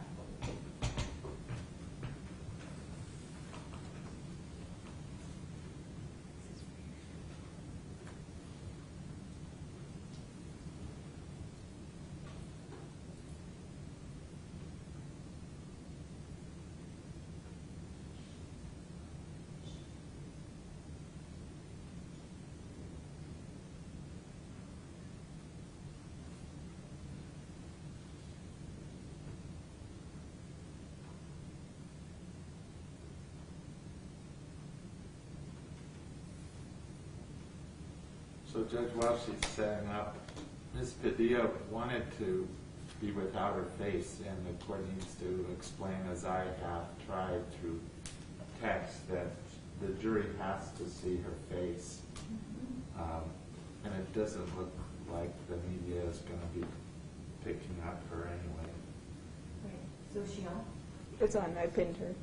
All right, let's go ahead and, can you turn her a little bit towards like me and counsel, so I can see her as well. All right, that's probably good right there. All right. Ms. Padilla? Try again, you're muted. Sure. Ms. Padilla? Amanda Padilla, I need you to unmute and turn on your camera, please.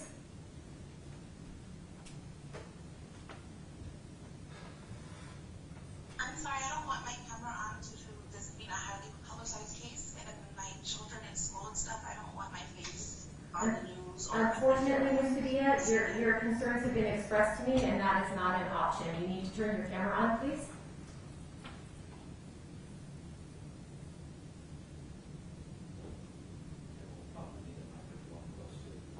Let's move that microphone closer to it.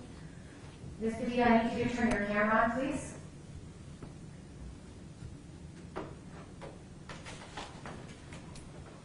Can you hear me?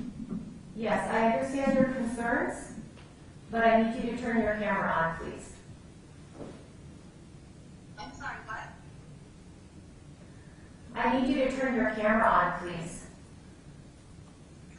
I'm telling you that I don't feel like I should have to turn Okay, so I understand your concerns, Ms. Padilla, and you will have to turn your camera on. Please turn it on, the jury's waiting. I'm having a hard time, you're echoing, I'm having a hard time hearing you, but And I have to sit down there and witness stand. Let's see if it's better.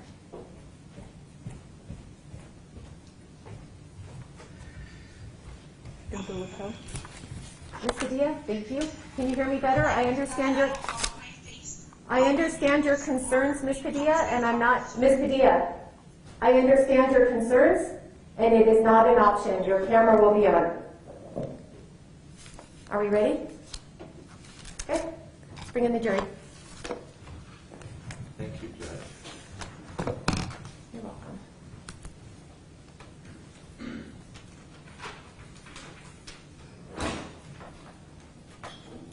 Ms. Padilla, your camera needs to be on and stay on. I'm not hearing what she's saying. I'm going to try to get some headphones really quickly because I can't hear anything you're saying. Can you, I need someone to hold Can you hold them at the door, please, the jury?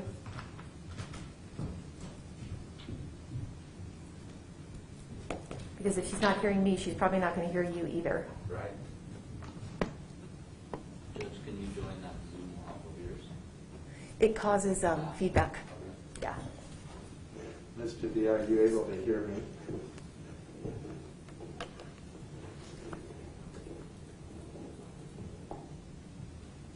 Can you hear me? I think she went to get headphones, so let's give her a sec.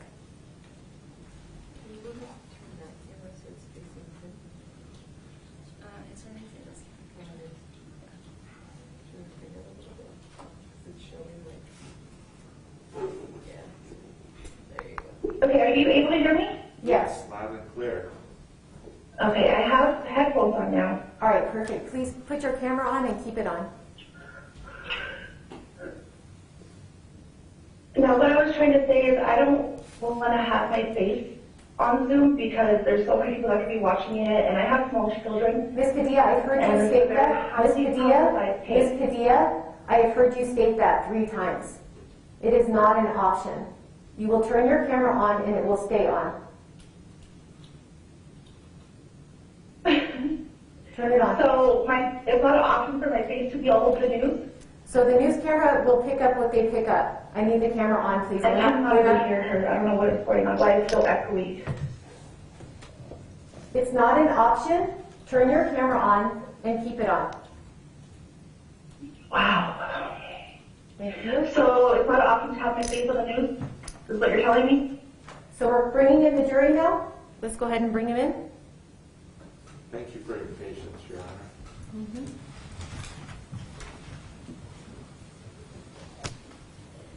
And it's possible, Mr. Aaron, you might need to get very close to her. We'll see how it goes.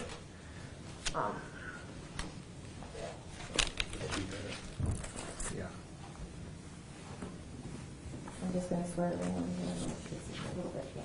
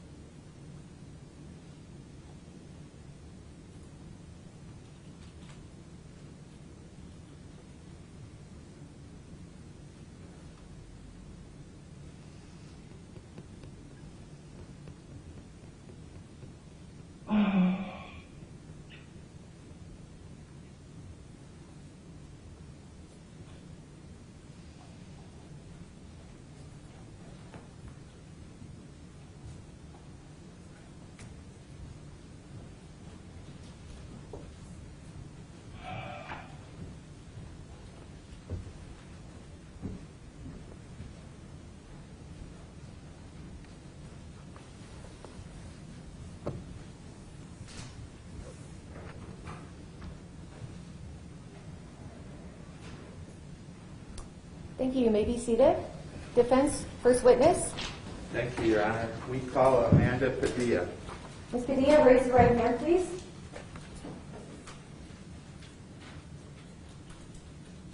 I can't see your hand. Is it raised? Thank you. Do you solemnly swear or affirm under penalty of law the testimony you're about to give will be the truth, the whole truth, and nothing but the truth? Yes. Thank you. I do. You may proceed. Ma'am, could you state your name for the record? It's Amanda Padilla. And I understand that you couldn't come in person because your child has a medical condition. Is that right? Correct. She has pulmonary stenosis and Noonan syndrome, and she's also sick right now. Okay. Let me ask you, are you first cousins to both Fabian Gonzales and Jessica Kelly? I think we might be second cousins, but my mother was raised as brothers and sister with their parents because her mom was gone. So my grandmother raised her as her own. So I had the understanding that we were first cousins, but I guess we're second cousins. Okay.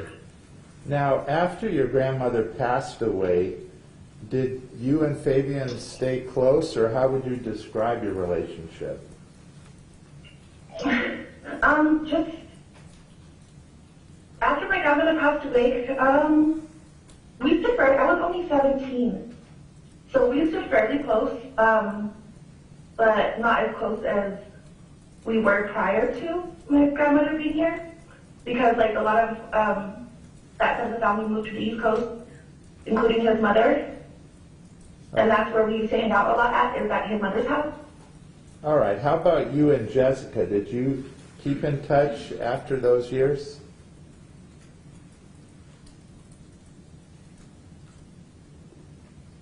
How about you and Jessica Kelly? Did you two keep in touch?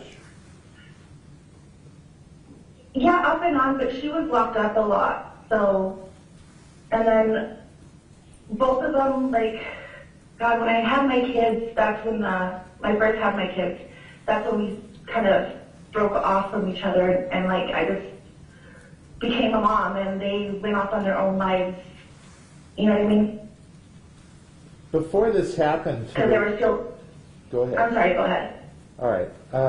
Before this happened to the little girl, did you know Jessica had drug issues? Did I know she had what? I'm sorry. Drug issues? Oh yeah, both of them. Periodically throughout the years, they both had drug addiction. Their drug addictions did change as they got older to different drugs. But yes, they've always both struggled with the use of illegal narcotics, yes. Now, do you have I can't see you guys anymore. You can't, what? They're showing the jury. So you can see them. Okay. Okay. All right. This is, Like, I can't, the video stopped for some reason. all right, well, it's working okay. Do you have children? Yes, I do. When you separated from their father, did you take Jessica into your house or home? I'm sorry, when I separated from their father, what? Did Jessica come into your home? I can't hear anything. Did Jessica come into your home after you separated from their father? There's something going on here right at the end right here. It's going in and out, and I can't hear you.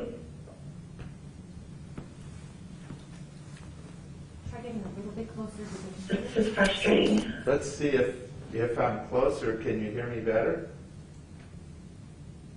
You're still breaking up. You got louder, but you're breaking up. Does the internet connection look okay on ours? Do you want me to mute that one or mute this? Let's do that.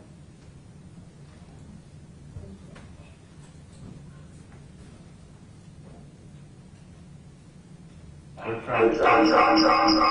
Whoa. Sorry, is your ears okay?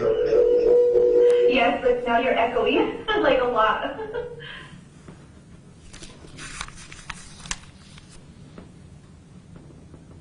How about now? Can you hear me now?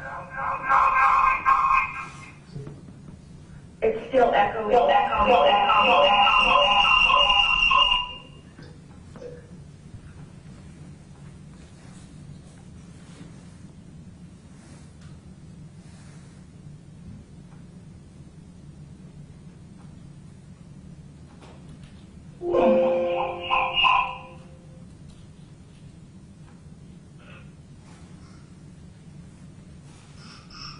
Your internet is unstable, it said. It's run. Do you want me to go back to the Yeah, mute that one, unmute that one, because that's giving us that feedback. Let's ask her if she can move to a different location, because it's probably her internet. Can you ask her that, Mr. Aarons, if she can move to another location? Can you move to a better location for your internet? I'm actually right by, I have 5G and I have full bars. I put up my side. Okay, so she can hear better now, let's proceed. You guys can hear me, right? Yes, we hear you good. Can you hear me good I don't know now? if I guess I know. Can you hear me good? So, I was asking you about when Jessica moved in. Did she move into your house after you separated from their father? She can't hear. You're still breaking up. I can't hear anything.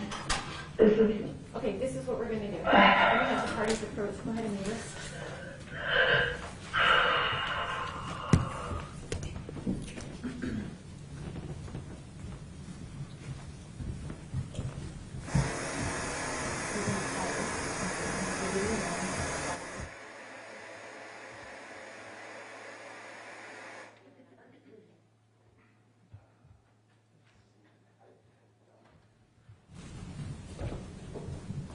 Recess. Ladies and gentlemen, we're gonna get her on the phone. So we're gonna do phone for audio. We use this for the video, so you can see her and hear her. So just give us a minute, we'll get a telephone number, we're gonna do it that way.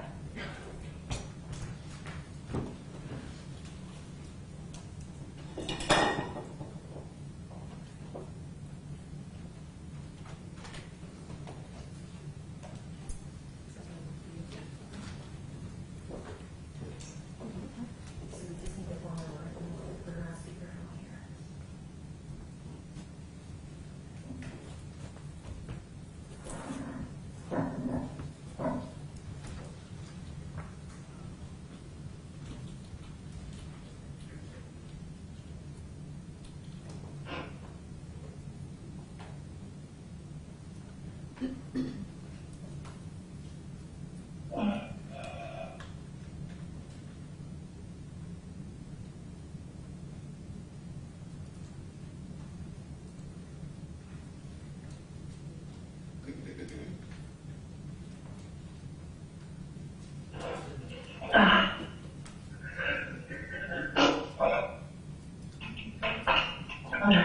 Can we mute her?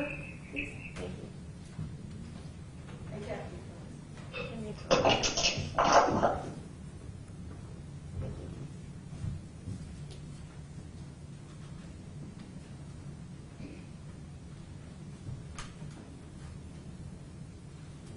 But I'm wondering if we should switch to a live witness because I'm trying to get her phone number. That's fine with me. Okay. Joseph Gonzales? All right, so let's let her know what's going on. So we're going to bifurcate the testimony a little bit, okay? So we're not having you sit here. So we're going to bring in Joseph Gonzales, is that what you stated? That's Okay. correct.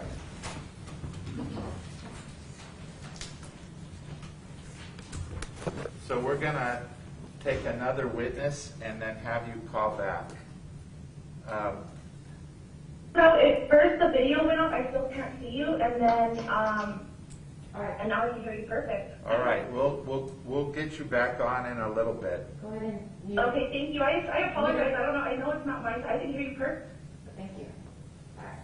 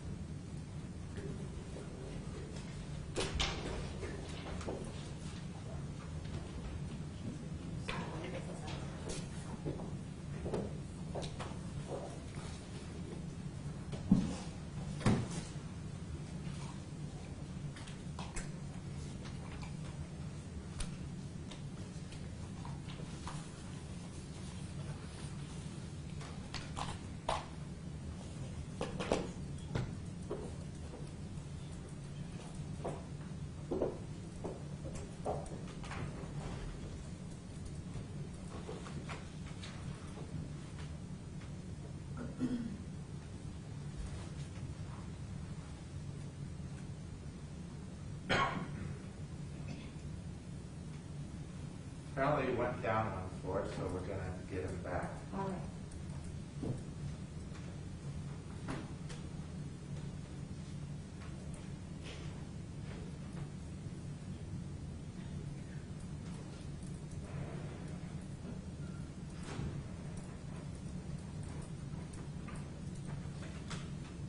He's coming, but he's still got to get to the metal detectors. 'Cause he was on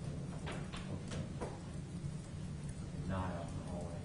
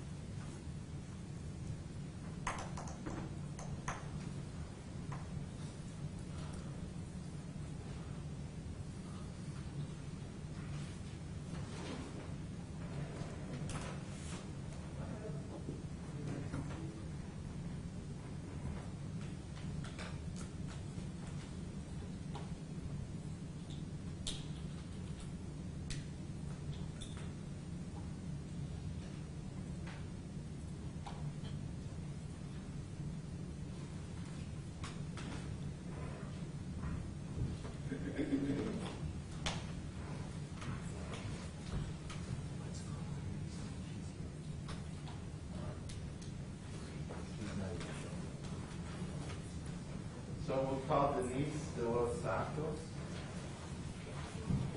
and wait for that witness is on one of the floors.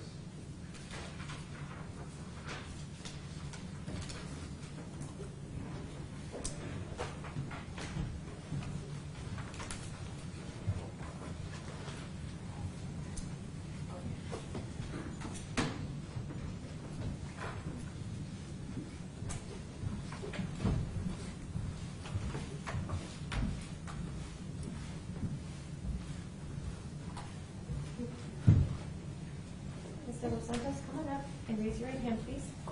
Do you solemnly swear or affirm under penalty of law the testimony you're about to give will be the truth, the whole truth, and nothing but the truth? Yes. Thank you. Have a seat. We're going to get a couple microphones on you so everyone can hear you. Go ahead and scoot your chair real close. Thank you.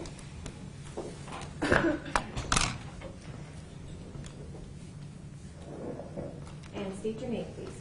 Denise de Los Santos. Ms. de Los Santos, did you live in the Arroyo Villa apartments the night Victoria died?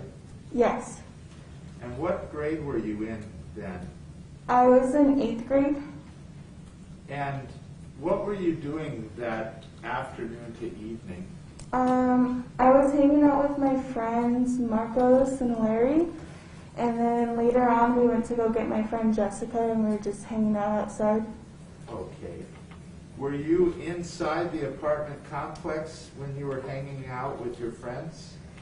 I think me and my friend Marcos and Larry, we had walked to the grocery store, and then we walked back and we're hanging around the apartments, and we went to go get Jessica, and we're hanging out in front of Jessica's house.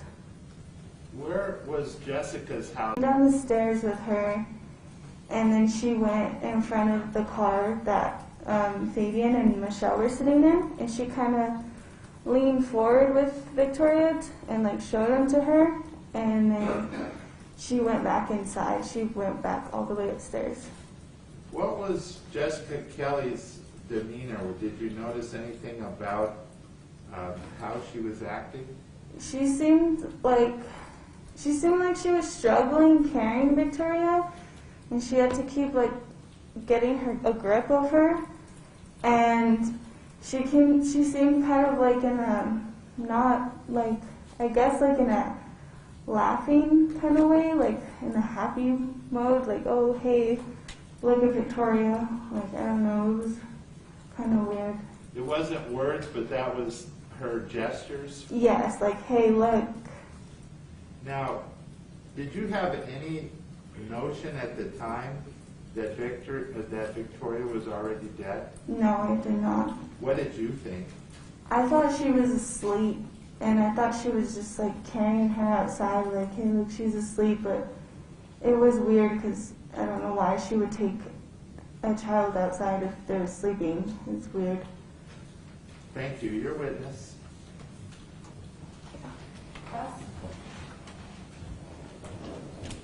Am I good to? Oh, okay. Oh, okay. I'm sorry. I'm just confused.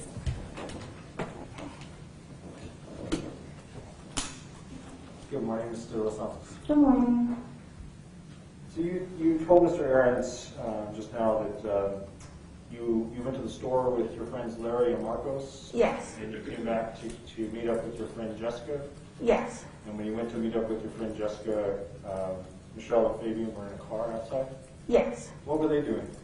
They were just listening to music and talking to each other. Okay. And you mentioned that Jessica Kelly came downstairs carrying Victoria. What, did she say anything when she came downstairs? No, she didn't say anything at all.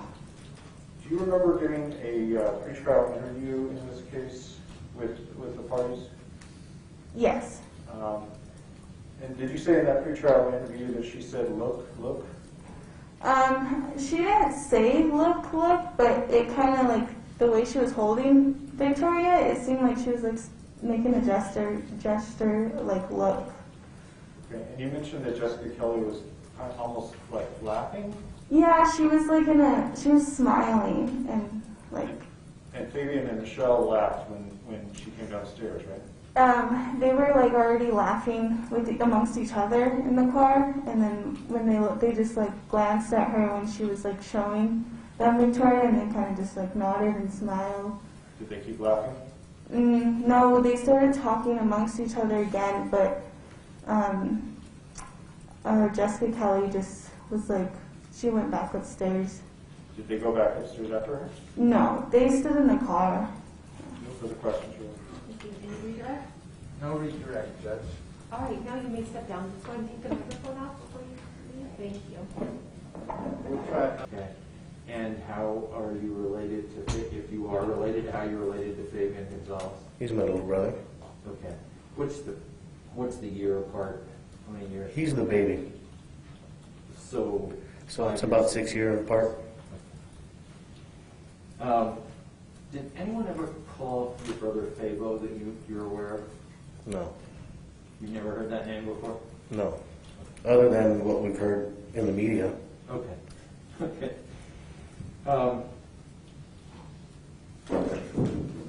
When you were young, were you ever in a gang? Negative. Okay. Was there gang activity where you grew up? Well, there was a ton of gang activity, and on my demographic of age, in that time, in that era, there was a ton of gangs. So where that came from was unreal. I mean, I know being a corrections officer, that I guess no one knew that if you're part of a gang, we have to build up a gang guard on you. And that's a ton, extensive information on you. I mean, size of tattoos, what their meaning is, whether if it's a symbol or anything. So, I mean, anyone that's part of a gang, there would be a gang guard. So, yes, there was a lot of gangs around me. But you were never a part of I've never been part of a gang, and if there was, I would have a gang guard on me, which is ridiculous. You said in that era. I'm sorry, I don't know what era you mean. What year? Well, when we grew up between the 80s and the early 90s, I mean, just the country alone was filled with gang activity. Now it's not so much an issue. Now, did you leave that neighborhood? Did you go do something that took you away from that neighborhood? Well, that's the thing. It's not so much a neighborhood. It's your mindset. It's what you want to do as an individual. So, I mean, you can either sit and do nothing with your life, or you can get out and do something with it. And I choose to do something with my life. And that's what I did. And that's what I continue doing. Okay, let me ask you more directly. Were you ever in the military? Yes. And how long did you serve? 8 years. Which branch? I did Army National Guard, and Reserves. Okay. And there's been talk about your brother Stevie. Was he in the military? He had joined the Navy. And how long? Both our sons are both Marines. His oldest, my oldest are Marines. Our grandfather's a World War II vet. So we've done a lot. My other son is a paramedic. Objection, non-responsive. Okay. So did you get married? Do you have a family? Did you get married?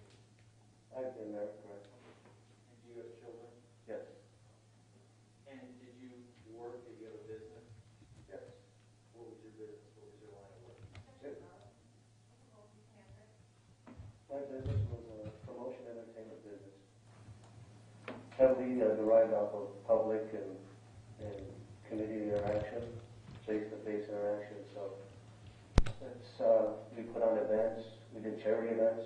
Every time I did anything, if that year started and I had 4 shows, before I did any one of my shows, I started with 3 charity events to give back to any charity. Was your business and your life affected by the charges against your brother? Objection, Your Honor, we've already litigated Yes. this. Sustained. Oh, I thought I was getting into his bias, Judge. Sorry. I'm not going to allow that line of questioning. Okay, fine. Without getting into any of that, will that affect your testimony here today? No. Okay. And is the fact that he's your brother going to affect your testimony? No. Would you lie for him? No. Okay. There's allegations that you might be dangerous. Are you dangerous? No. Do you own a gun? I own several. And why do you own guns? They're for several different reasons. Rifles that you have for hunting, there's, Objection relevance to his owning a gun? Approach. Approach.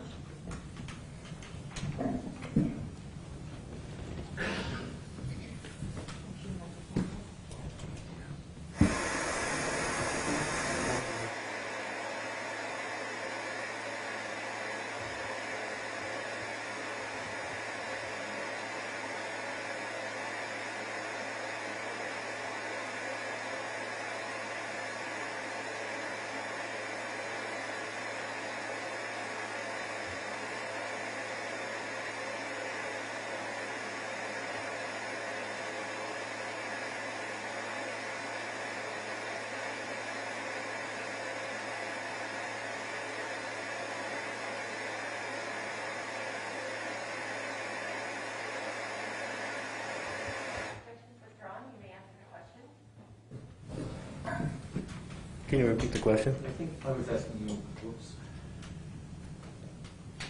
Sorry, I think I was asking you why you had guns. Oh, I was explaining, well, you have different guns for different reasons. I have some rifles for hunting. I have some for protection.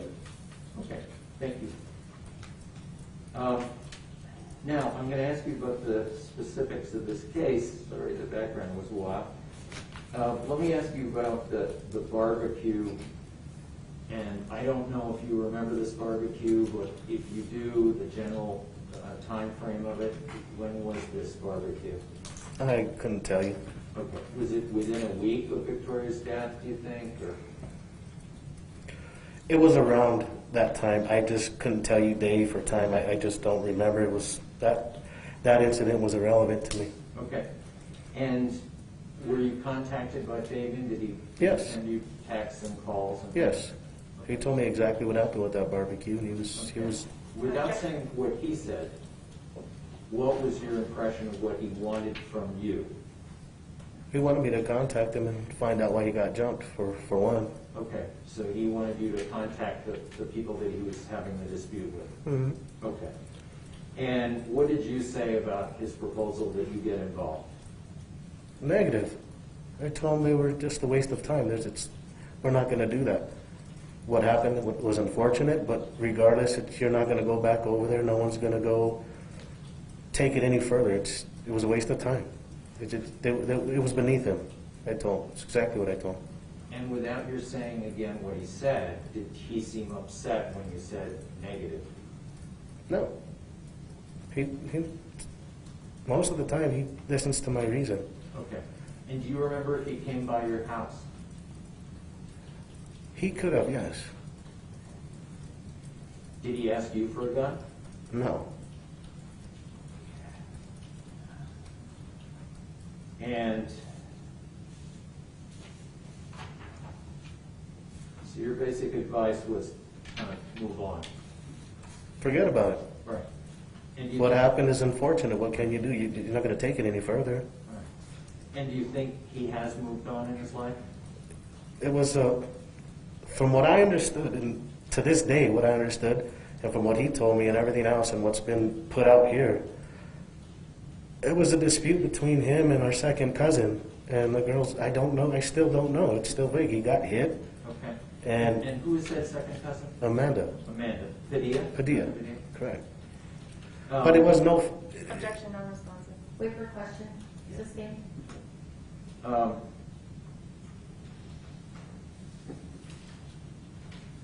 Okay, now let's move on to the date of the homicide, okay? Okay. Do you remember seeing your brother on the date of the homicide? Yes. Okay. And how was he? Fine. I'm sorry? Fine. Fine. Was he different than he usually is? Could you tell if he was doing drugs? What did you think? He was perfectly fine. He was happy. Okay.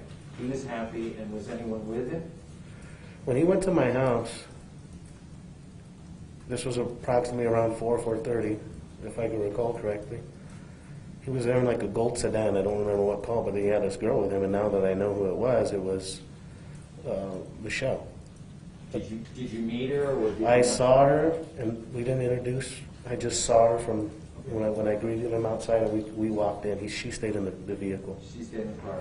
Was Victoria in the car? Negative. And did you drink with your brother when he was there? Negative.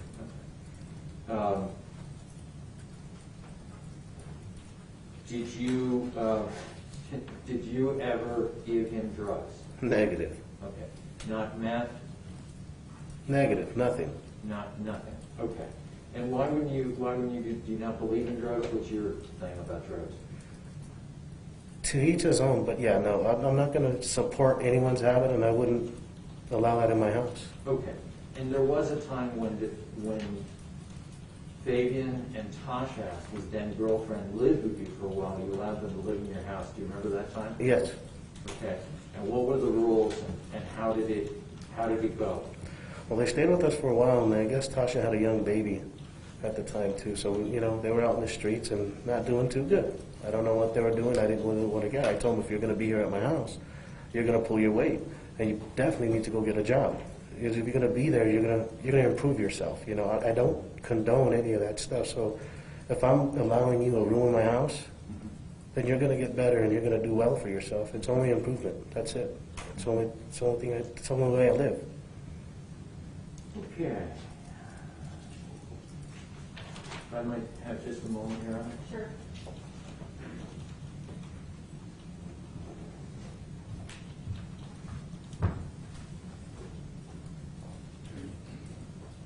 Pass the witness. Thank you. Cross-examination. Thank you.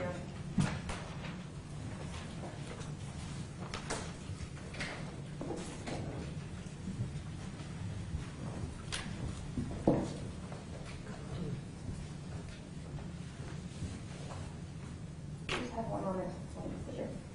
And jury, is there anyone that has an objection to going past 12? I'll still give you more than an hour for lunch. Anybody that has an issue with that? Okay. Now that they're so organized now.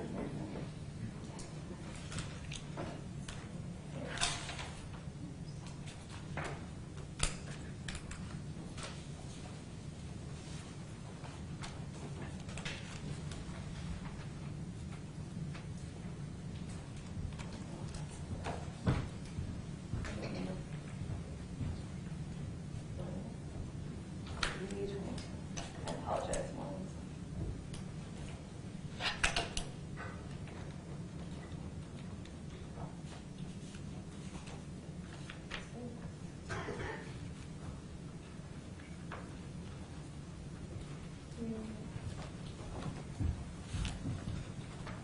Sorry, Judge, we weren't thinking this witness was on yet, so I didn't pull these. That's okay.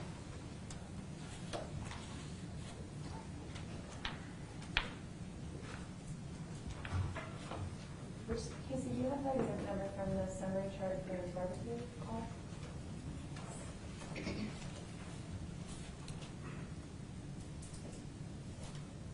Three, six, seven.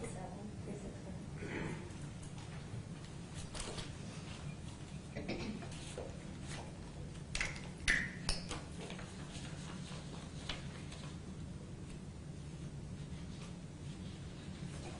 There we go.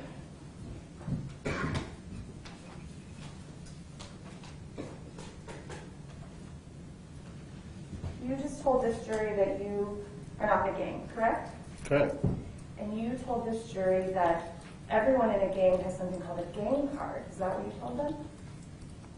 No, what I told them is, if you are from a gang and it's proven that you are from a gang, usually what happens is you have a gang card written up. You're in the system. That's only when you make contact with law enforcement, correct? Usually that's what happens when you're in a gang. So if you don't make contact with law enforcement, they will not know if you're in a gang or not, correct? Not necessarily. Most people that are in gangs are proud of it, so they like to brag about what gangs they're from.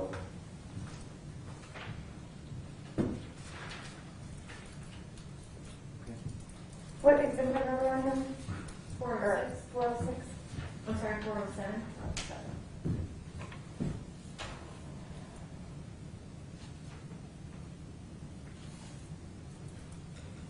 May I approach her? Okay. I'm going to hand you Mr. Gonzales what's been marked for identification in states 407, 408, and 409. Do you recognize these photos? Yes. You recognize all of these photos? Yes. You recognize 409? I recognize the people in it. Your Honor, the state would move for admission of states 407, 408, and 409. No objection. 407, 408, 409 will be admitted and you may publish.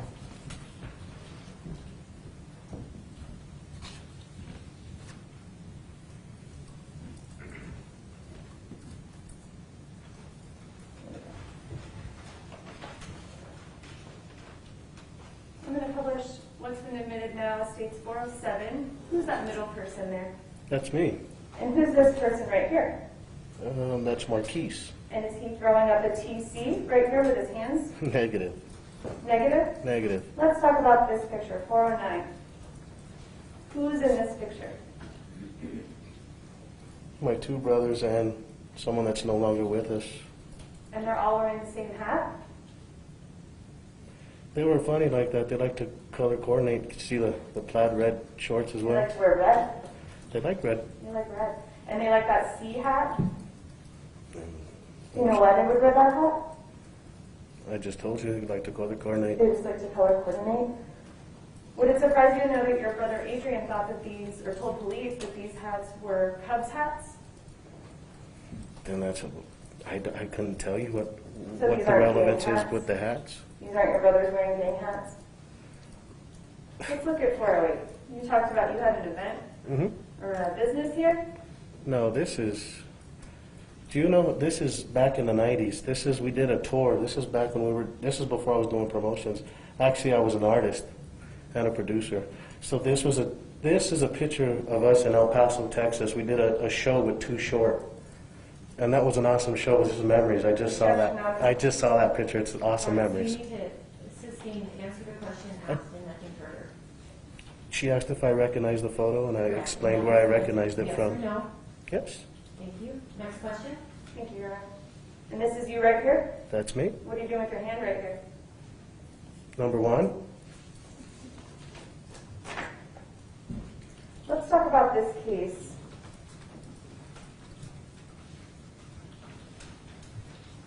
When the defendant, your brother, brought Michelle Martens over to your house the day of the homicide, she was in the gold car? What was that again? When the defendant, your brother, brought Michelle Martens to your house on the day of the homicide, they were in a gold car, correct? When they drove to my house, yes, they were in a gold sedan. And Michelle was not allowed inside your house, correct? I didn't know her. So she was not allowed inside your house, correct? Is that a no? No. And she had to wait in the car outside for an hour, which is how long you told Detective Lewis you met with your brother. Is that correct? Approximate? I couldn't tell you time. This has been a long time ago.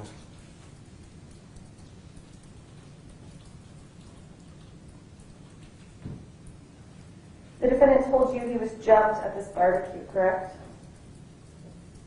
At what time are you talking about? The There, when he was there at my house? discussed about on direct examination, you heard about the barbecue. Your brother, the defendant, told you he was jumped, correct?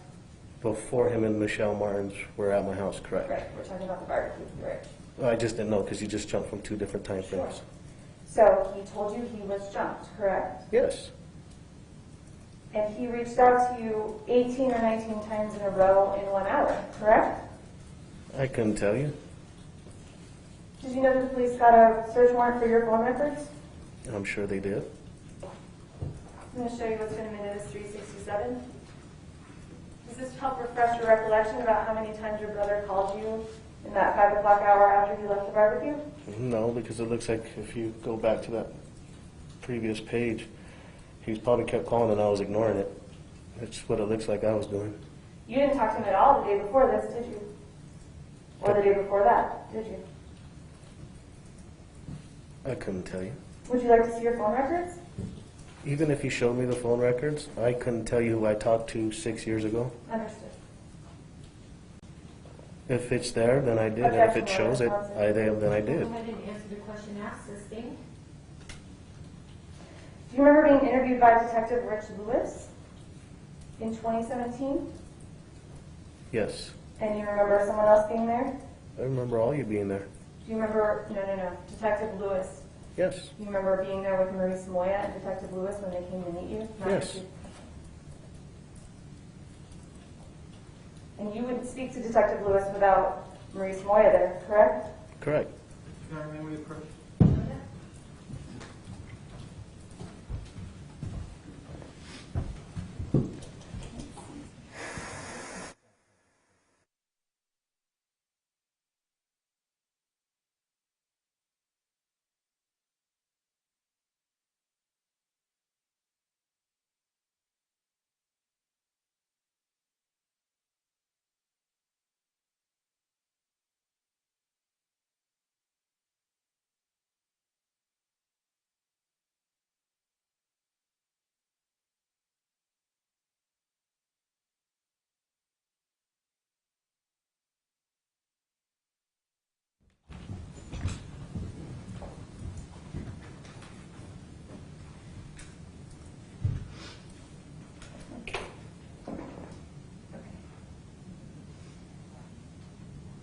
In your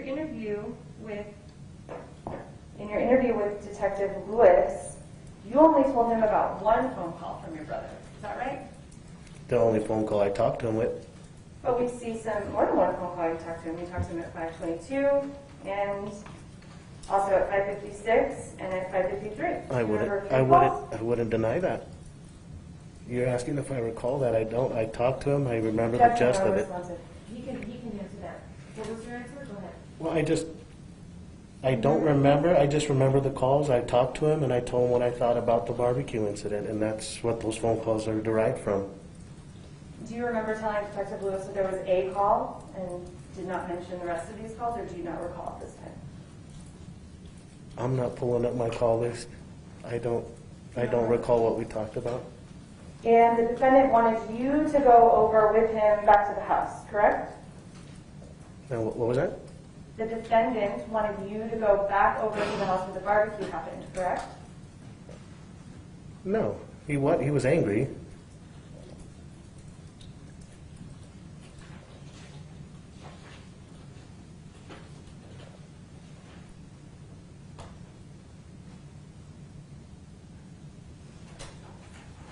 Do you recall telling Detective Lewis that your brother said, "Brother, let's go over there"? I might have said that. It might have happened. I'm not going to deny that. I just don't recall. So he did want you to go over to the house. It's a negative with me from jump. Like I said, like I told him. So regardless of what he wanted or what he was telling me, I didn't hear it. My question is not what you were I don't know. It's what he asked you to do. I don't know what he wanted to do. You'd have to ask him. I just know what I told him. When you talked to Detective Lewis in 2017 and you told him, "Brother, let's go over there," you weren't lying to him, were you? I never told him, brother, let's go over there. Would you like to see the transcript? I would like to. What would you like me to read from? Read right here on line 21. Actually, let's see. Let's back up a little bit. Let's do that. Let's read from line 16. Mr. Gonzales, that's you. Read out loud. Go ahead and read it out loud to the jury. Oh, so it starts from this one here, you said? Okay, From line did you... 16. Oh, 16. I was going to get from 12 because it's where Detective Lewis asked about it all. Okay, 16. There were some other gentlemen there. I don't know their names, but I know them for sure. Fabian had called me. Keep reading. Mr. Moya, that night, question mark. And then it says Mr. Gonzales, which is me. And he was like, "Brother, let's go over there." And it's like, "You need to stop it." That's what I said. So he did say, "Let's he go might over." say, yeah. So I don't deny that. And what did I say? You need to stop it. I don't need to go over there and get in any trouble. You went there, it happened, I'm sorry. It just don't go associate yourself with them people anymore. Okay. So that sounds about accurate.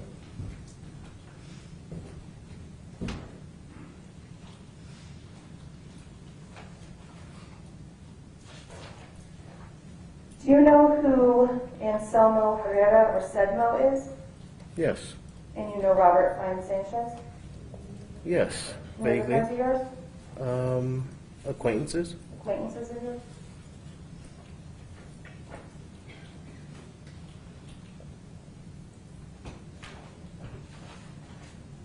Let's talk about the date of Victoria's murder.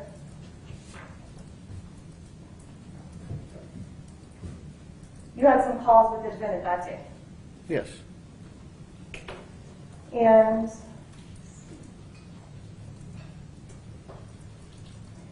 on August 23rd of 2016, at 1:35 p.m., you called the defendant while you were pinging off the cell tower near your Uncle David's house. Do you remember going to your Uncle David's house that day? I never went to my Uncle David's house. You had a 2-minute call with him around 1:35 in the afternoon. Does that seem right to you? Well, I never went to my Uncle David's house, but if I had a call with Fabian, I probably did have that call. And then at let me get these right. So we see that call here at 1:35, and then at 1:53, Where are these lists generated from, if you don't your mind? phone records and your brother's phone records. But it just looks like a Xerox copy. Wait for a question. So this is a compilation of the evidence that we had admitted in this case, which comes from your phone records and the defendant's phone records, which are also in evidence. But I just worked for Verizon for many years, so I know that there's timestamps that you can put on this so I can see. Objection non-responsive. Sustained. So at 1:53, your brother called you back, Okay. and then you talked to him there for about a minute and a half. And then at 3:08, your brother went to Uncle David's. Did you see your brother at your Uncle David's that day? I never was at my Uncle David's, so I couldn't tell you. You tried to call him again at 6:30 that day.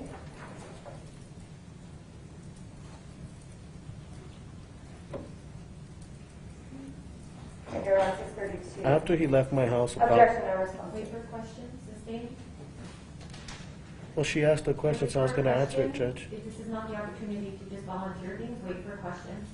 At 7:22, your brother called you guys, talked for 30 seconds, and then he arrived at your house via his Google records at 7:34, so 12 minutes after you guys had that call. So he didn't come to your house at 4:30, correct? What was the question? He didn't come to your house at 4:30, correct? It was 7:34. Negative. Does that seem right to you? Negative. He was at my house approximately at 4:30. And you remember that well because you're good with dates and times, correct? I know that for sure. You know that for sure? You told the police that after your brother left your house, you called him a couple times to remind him about this job that you talked about for an hour. I talked to him approximately about 7:30 after that, just to make sure he got some rest. That's what So I he told comes to him. your house, and you talk to him later to tell him to make sure that he shows up at the job and everything's good, right? Repeat your question? He came to your house at, you say 4:30, and after he left your house, you talked to him 1 or 2 more times, correct? To make sure he was going to show up the next day and Possibly. stuff like that. And the hour that I know for sure once. I talked to him and told him, make sure you get some rest. We have work early. you know for sure once you told him, make sure to be ready to get up early. Is that your testimony? Correct. And do you remember telling the police that he was at Michelle or the girl's apartment when you talked to him? Actually, you said that in your pre-trial interview. I misspoke. Do you remember saying that? Repeat your question? Do you remember saying in your pre-trial interview that when you talked to your brother after he left your house, that he was at Michelle Martin's apartment? I might have said that. Okay, John, can we approach again? Another?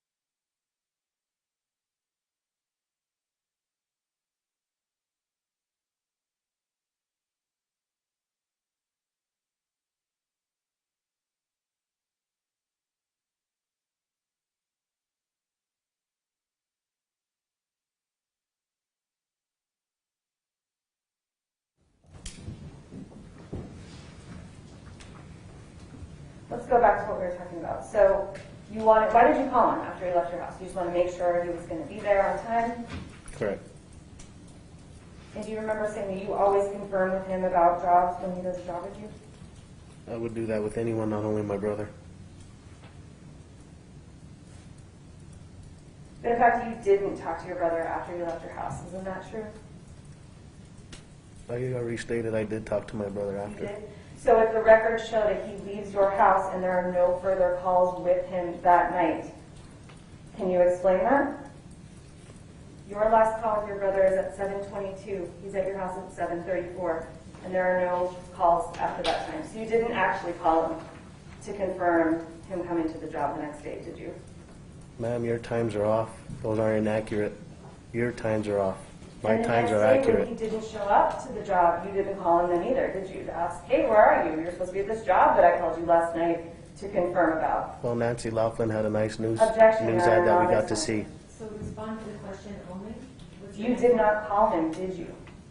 I didn't call him due to what we knew No, what objection, happened. Your Honor, non-responsive. Did you call him or not the next morning?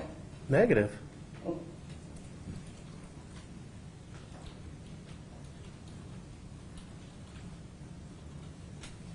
Do you know why your brother, after leaving your house the evening of the homicide, went back to your Uncle David's house?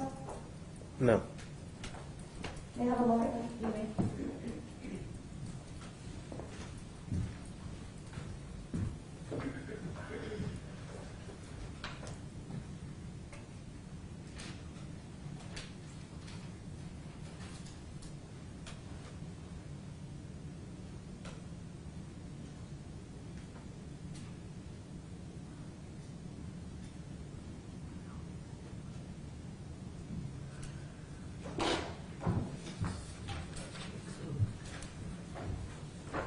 No further questions, Your Honor. Thank you. Read your right. Yes, Your Honor.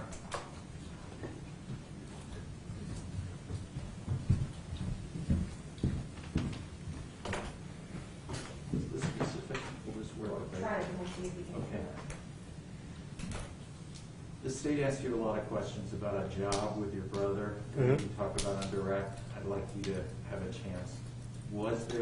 Did you offer your brother a job, if you remember, on that day? Yes. We had a job that next morning, and the reason why I didn't call him the next morning is because we found out, like everyone else, what had happened. Why would I be calling someone the next morning if I'm watching the news like everyone else would? So that was a weird question.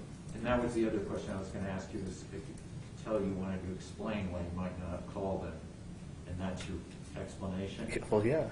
And do you think that it's possible you didn't call him to remind him after he left the house? Those times are inaccurate. I'm going to tell you right now, those times don't jive with me. I know for a fact he was at my house approximately around 4 or 4:30. Okay. So I've said that from jump. I don't know. That's why I said if you can show me some time records that are legit and not just a Xerox copy that someone printed on a paper. That's all right. That's right. You don't need to comment on the evidence. But what I want to ask you is it possible, try to open up your mind here, is it possible that your Anything's brother possible. visited you other than 4 to 4:30 or 4 to 5 that you, as you remember it?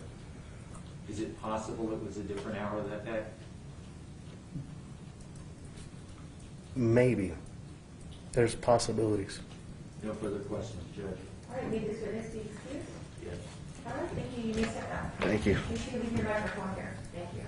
I'm not going to take it. All right, thank you. All right, ladies and gentlemen, we're going to go ahead and take a lunch break. You can step down. Can I Go take ahead, water? grab water, sure. So it's 12:15 now. We'll bring you back at 1:30. All right?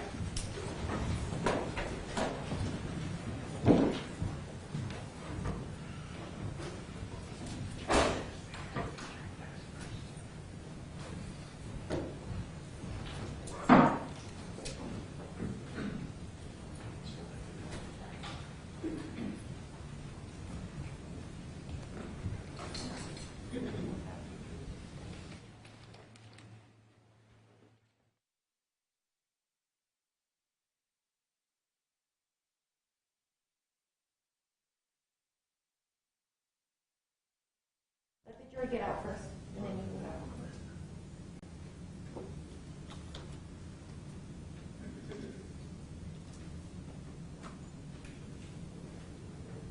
be seated. All right. I'm sorry? Now that he's testified, can he remain? Not in the courtroom. I'm limiting people in the courtroom. Okay. All right, thank you. You can be excused. Is there anything else we need to put on the record? No, Judge, I have that Mr. Diaz's phone number if we're going to try it that way. Sure. So what we're going to do is see if we can fix Zoom. So I'll see if we'll get started working on that at 1:15 if you guys want to come back then. And then if we can have it all on Zoom, that would be great, but we can have that as our backup. And Judge, we are going to have to just amendments to some language into the tampering counts. We can take care of that during jury instructions or now. Well, I'm going to give Anthony a break, so let's come back at 1:15.